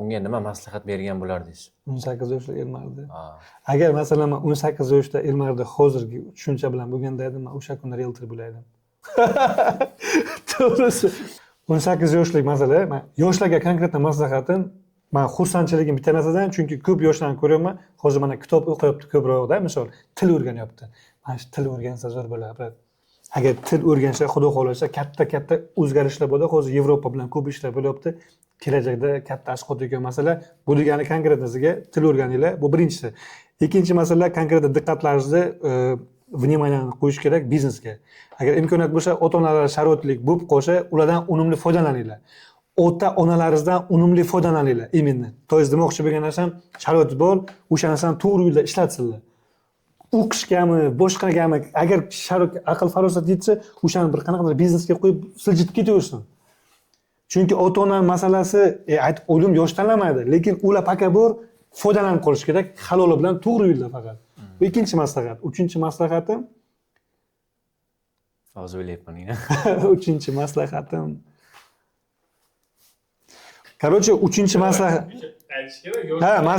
masalan yosh uylanishga mana uchinchisi konkretno mana shu joyga qo'yasiz uchinchisi konkretnasiga uylanishni sal kechroq qilinglar to есть 23-24 yoshda nima uchunligini ham aytaman birinchidan agar yosh uylansangiz brat plyus tarafini aytaman farzandlar tez katta bo'ladi-ku masalan ko'zligini 20 yoshda otasiz hop sizga короче 30 yoshdasiz 10 yoshda bo'ladi 35 yoshda 15 yoshda siz oyoqqa turg'izib bilasiz uni to есть siz o'zingizdan bodrisizda jo'rangizda oldingizda yuradi plyus tarafi shu lekin ikkinchi masala agar siz hech narsangiz bunday qiyinchilik bo'lsa xudo beradi uni ham misol o'shani rizqi bilan beradi farzand bilan или boshqa masalasi lekin qiyinchilikdan o'tish qiyinroq bo'ladi to есть ona bo'ladi ko'proq tushib qoladi agar 23 24 25 yoshlarda uylanayotgan bo'lsa уже mustaqil bo'lasiz hamma sharoit chotki bo'ladi misol o'sha kutayotgan uchun baxt ham xudo beraveradi и все u yoqda уже qiyinchilik bo'lmaydi osonroq bo'ladi tug'ilgan farzandga ham boshqasiga ham shunaqa masala menimcha fikrim konkretnasiga uylanish masalasida 23-24 yoshda bo'lsa degan joyi uylan degan joyi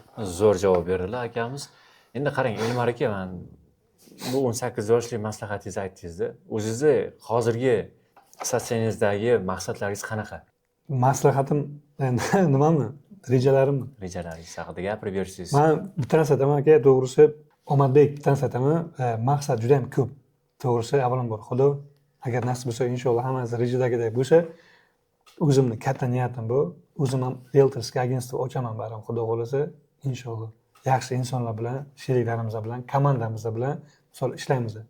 Shunaqa niyatlar baribir bor. Qachondir, qaysidir yil shu ishni qilamiz inshaalloh. Lekin hozirgi kunda kelib o'z ish faoliyatimdan norozi emasman. Hammasi halol, yaxshi insonlar bilan ishlaymiz.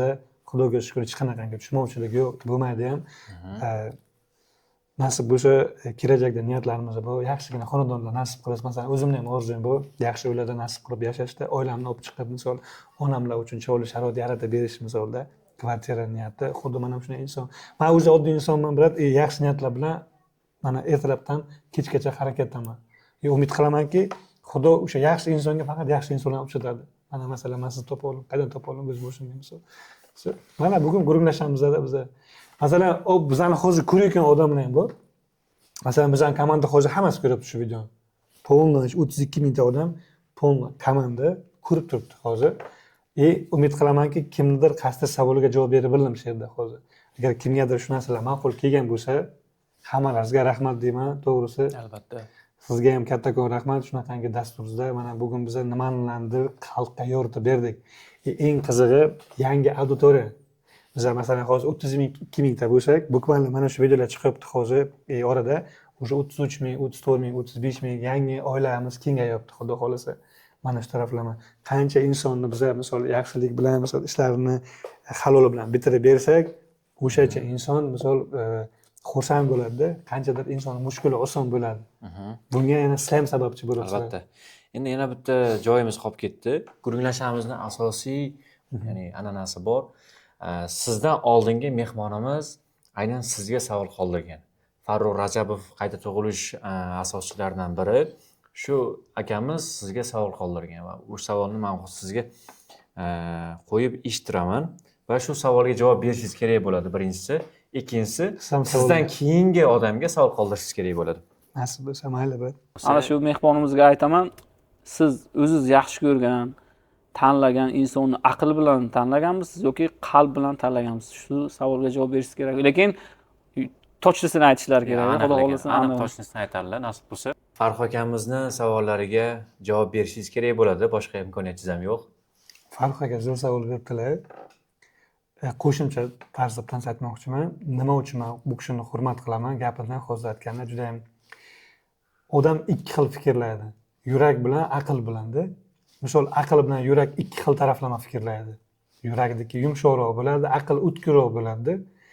O'sha uchun men konkretni aytaman, men oila qurgan paytim konkretnasiga aql bilan qilganman. Keyin yurakni qo'shganman. Ana shunaqa masala bo'lgan. O'shaning uchun ham Xudoga shukr, bugungi kunga kelib eng baxtli oilalardan bittasiman. Shunaqa masala, chunki yurak yumshoq bo'ladi, aqlni qo'shmasangiz u qiyinroq. O'sha uchun birinchi navbatda aql bilan, keyin yurakni qo'shganman. Ikkalasi mana Xudoga shukr produktivni oila olib kelib berdi menga. O'sha uchun iloji boricha yurak kerakli joyda qo'shilishi kerak. Aql ham kerakli joyda. Agar siz yurak bilan aqlni ikki xil joyda to'g'ri qo'sha olmasangiz, aka ish bo'lmaydi. Aql bilan qaror qilinayotgan paytda yurak bilan qaror qilib qo'ysangiz xato qilasiz. Yoki yurak bilan qaror qabul qilinayotgan payt aql bilan qilsangiz agar, unda ham xato qilishingiz mumkin. O'sha uchun buni o'zini yurakda ham, aqlda ham kerakli joyda ishlatib bilish kerak. Yana men masalan danli moment aytamanki, aql bilan qilganman, Xudo xolasa, yurak bilan podдержка qilib o'rganman. Burat Farruh akaga mana shunday niyatlar, lekin savollar uchun juda ham katta rahmat. Albatta. Bundan keyingi kelayotgan mehmonimizga siz savol berishingiz kerak bo'ladi. Bizda an'anamiz shunaqa. Xo'p. Nima savol qoldirgan bo'lardingiz? Endi bizaniki hayotiy ko'p anov bo'ldi. Gaplarimiz ko'p mana shu kunda. Endi men yo'nalishim sal boshqacharoq, u kishiniki misoli boshqacharoq yo'naldi, lekin baribir biznes masalasida keyingi ishtirokchimiz kim bo'ladi? Qiz bachami, o'g'il bachami, qanaqa bo'ladi? Bilmayman ekan. Bilmaysiz. Yo'q. Balki erkak, balki ayol bo'lishi mumkin. Keyingi kelgan mehmonimizga savol. Endi bu savolga hammada individual javob bo'ladi. U kishining javobiga qiziqdim. Savolim shundan iboratki, do'st masalasida. Yoshlikdagi do'st bu. yoki hayot davomida qurilgan do'stlik bilan qaysi biri kuchli? Nima uchun shunday? Ana shu savol. Bu savolni albatta biz keyingi mehmonimizga asta konversiyaga solib yetkazib qo'yamiz. Rahmat.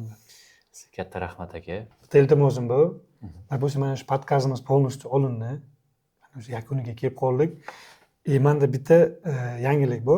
Xudo xolasa mana shu полностью podkastni o'zida mana epizodlari ko'p. Kimki ko'p ta'sirchan joylari bor. Misol kimgadir nima yoqadi-ku, qaysi biri ko'p like yig'sa, kommentariyani o'zida. O'sha kommentariy eng chiroylisi bo'ladi-ku, o'shanga like yig'iladi bilsangiz agar o'shasi bo'lsa, o'shanga sirli sovg'am bor. U uchun keling shartni sal qo'yib ketardik. O'sha kommentariyani yozgan bo'lsa va sizni Elmar Telmanovichni Instagram sahifalariga va bizni guringlashamizni ham Instagram ham YouTube sahifamizga obuna bo'lgan insonlarga biz o'sha sizni sirli sovg'angizni taqdim qilishimiz mumkin bo'ladi. Bo'lmasa kelishamiz. Bo'yicha shartimiz nimadan iborat? Masalan, bugungi podkastimizda qaysi joyda именно kommentariy yoziladi, o'sha ko'p like yig'sa, qaysi kommentariy, o'sha inson просто obuna bo'lib qo'yadi. O'sha biladi-ku, что ketyapti, likelar zirvilyapti. Masalan, obuna bo'ladi guringlashamizga, Instagram va YouTube platformasiga и Elmar Telmanovich profiliga. И все, ikkinchi sirli sovg'amiz bu. Buni o'zimiz taqdim etamiz. Xohlasalar video orqali, xohlasalar shunaqasiga keyingi videoda uchrashamiz, xudo xolasa, o'sha sovg'ani taqdim qilib. Albatta. Hurmatli qarindoshlar, guringlashamiz obunachilari, mana Elmar akani o'zini sirli sovg'asini aytib o'tdi. Nasib bo'lsa, endi qolgan narsa o'zlaringiz qo'llaringizda. Hozir bizada yana bitta yangi odat chiqarganmiz, an'ana chiqarganmiz. Odatlarimiz ham ko'p ekan. Odatlarimiz ozgina ko'p. Xullas, men sizga 5 ta blitz savol beraman. Shu savollarga javob berishingiz kerak bo'ladi. Xo'p, birinchisi, hovlimi, kvartirami? Men uchun лично hovli, chunki prostorniy, komfortniy, toza havo, zo'r. Uyni ipoteka qilishmi yoki yig'ib olishmi? Asosan to'g'ri bo'ladi, yig'ib olsangiz, agar vaziyat tiqilib qolgan bo'lsa, ipotekaga olsangiz ham yutqazmaysiz. Uyni tanlashda lokatsiya muhimmi yo kvadrat metrmi? Ikkalasi ham muhim. Вообще kvadrat metr bo'lsa yaxshi bo'ladi. Shahar o'rtasidagi kvartirami yoki shahar chekkasidagi hovli? Shahar o'rtasidagi kvartira. Devor ortidagi qo'shnimi yoki zabor ortidagi qo'shnimi? Aka, uni odam o'ziga bog'liq. Agar qo'shningiz dostoyniy bo'lsa, u hammaga har xil. Sizga yomon qo'shni bo'lsa, bunga normalniy qo'shni bo'lishi uchun qo'shnida adashmaslik kerak. Globniy epizod ana shu yerda bo'ladi. Elmar aka, siz bilan vaqt o'tkazganimdan juda ham xursandman. Rahmat. Mazmunli, manfaatli podkast bo'ldi albatta. Ko'rgan odamlar birinchi navbatda sahifamizga obuna bo'lib, laykchani qizartirib bosinglar. Elmar aka bilan nasib bo'lsa podkastimizni chiqaraveramiz. Sizga ham kattakon rahmat. Sizlarga ham, siz va sizni komandangizga kattakon rahmat. Shunaqangi chiroyligina informatsiyalarni yoritib berdik. Guringlashamiz dasturda, shu platformada, Instagramda ham, YouTube'da ham borlar. Bemalol kirib kuzatishlaringiz mumkin. Bu platformada ko'p informatsiyalar har xil bir tadbirkorni, или biznesmenni, или вообще bir insonni, insoniyligini hammasini yoritib berayotgan shunaqangi chiroyligina ajoyib guringlashamiz dasturini Omonbek yoritib beryaptilar o'zini komandasi bilan. Rahmat sizga ham. Shuning ko'p odamlar o'zini savollariga javob olyapti. Manfaatli videolar qilyapsiz. Boringizga shukr. Men ham juda ham xursandman. Nasib bo'lsa, xudo xolasa, men o'ylaymanki, erta bir kun nechadir yillardan keyin yana ko'rishamiz, xudo xolasa. Nasib aka, xursandman. Charchamang. Like bosinglar, podpiska bo'linglar, xudo xolasa.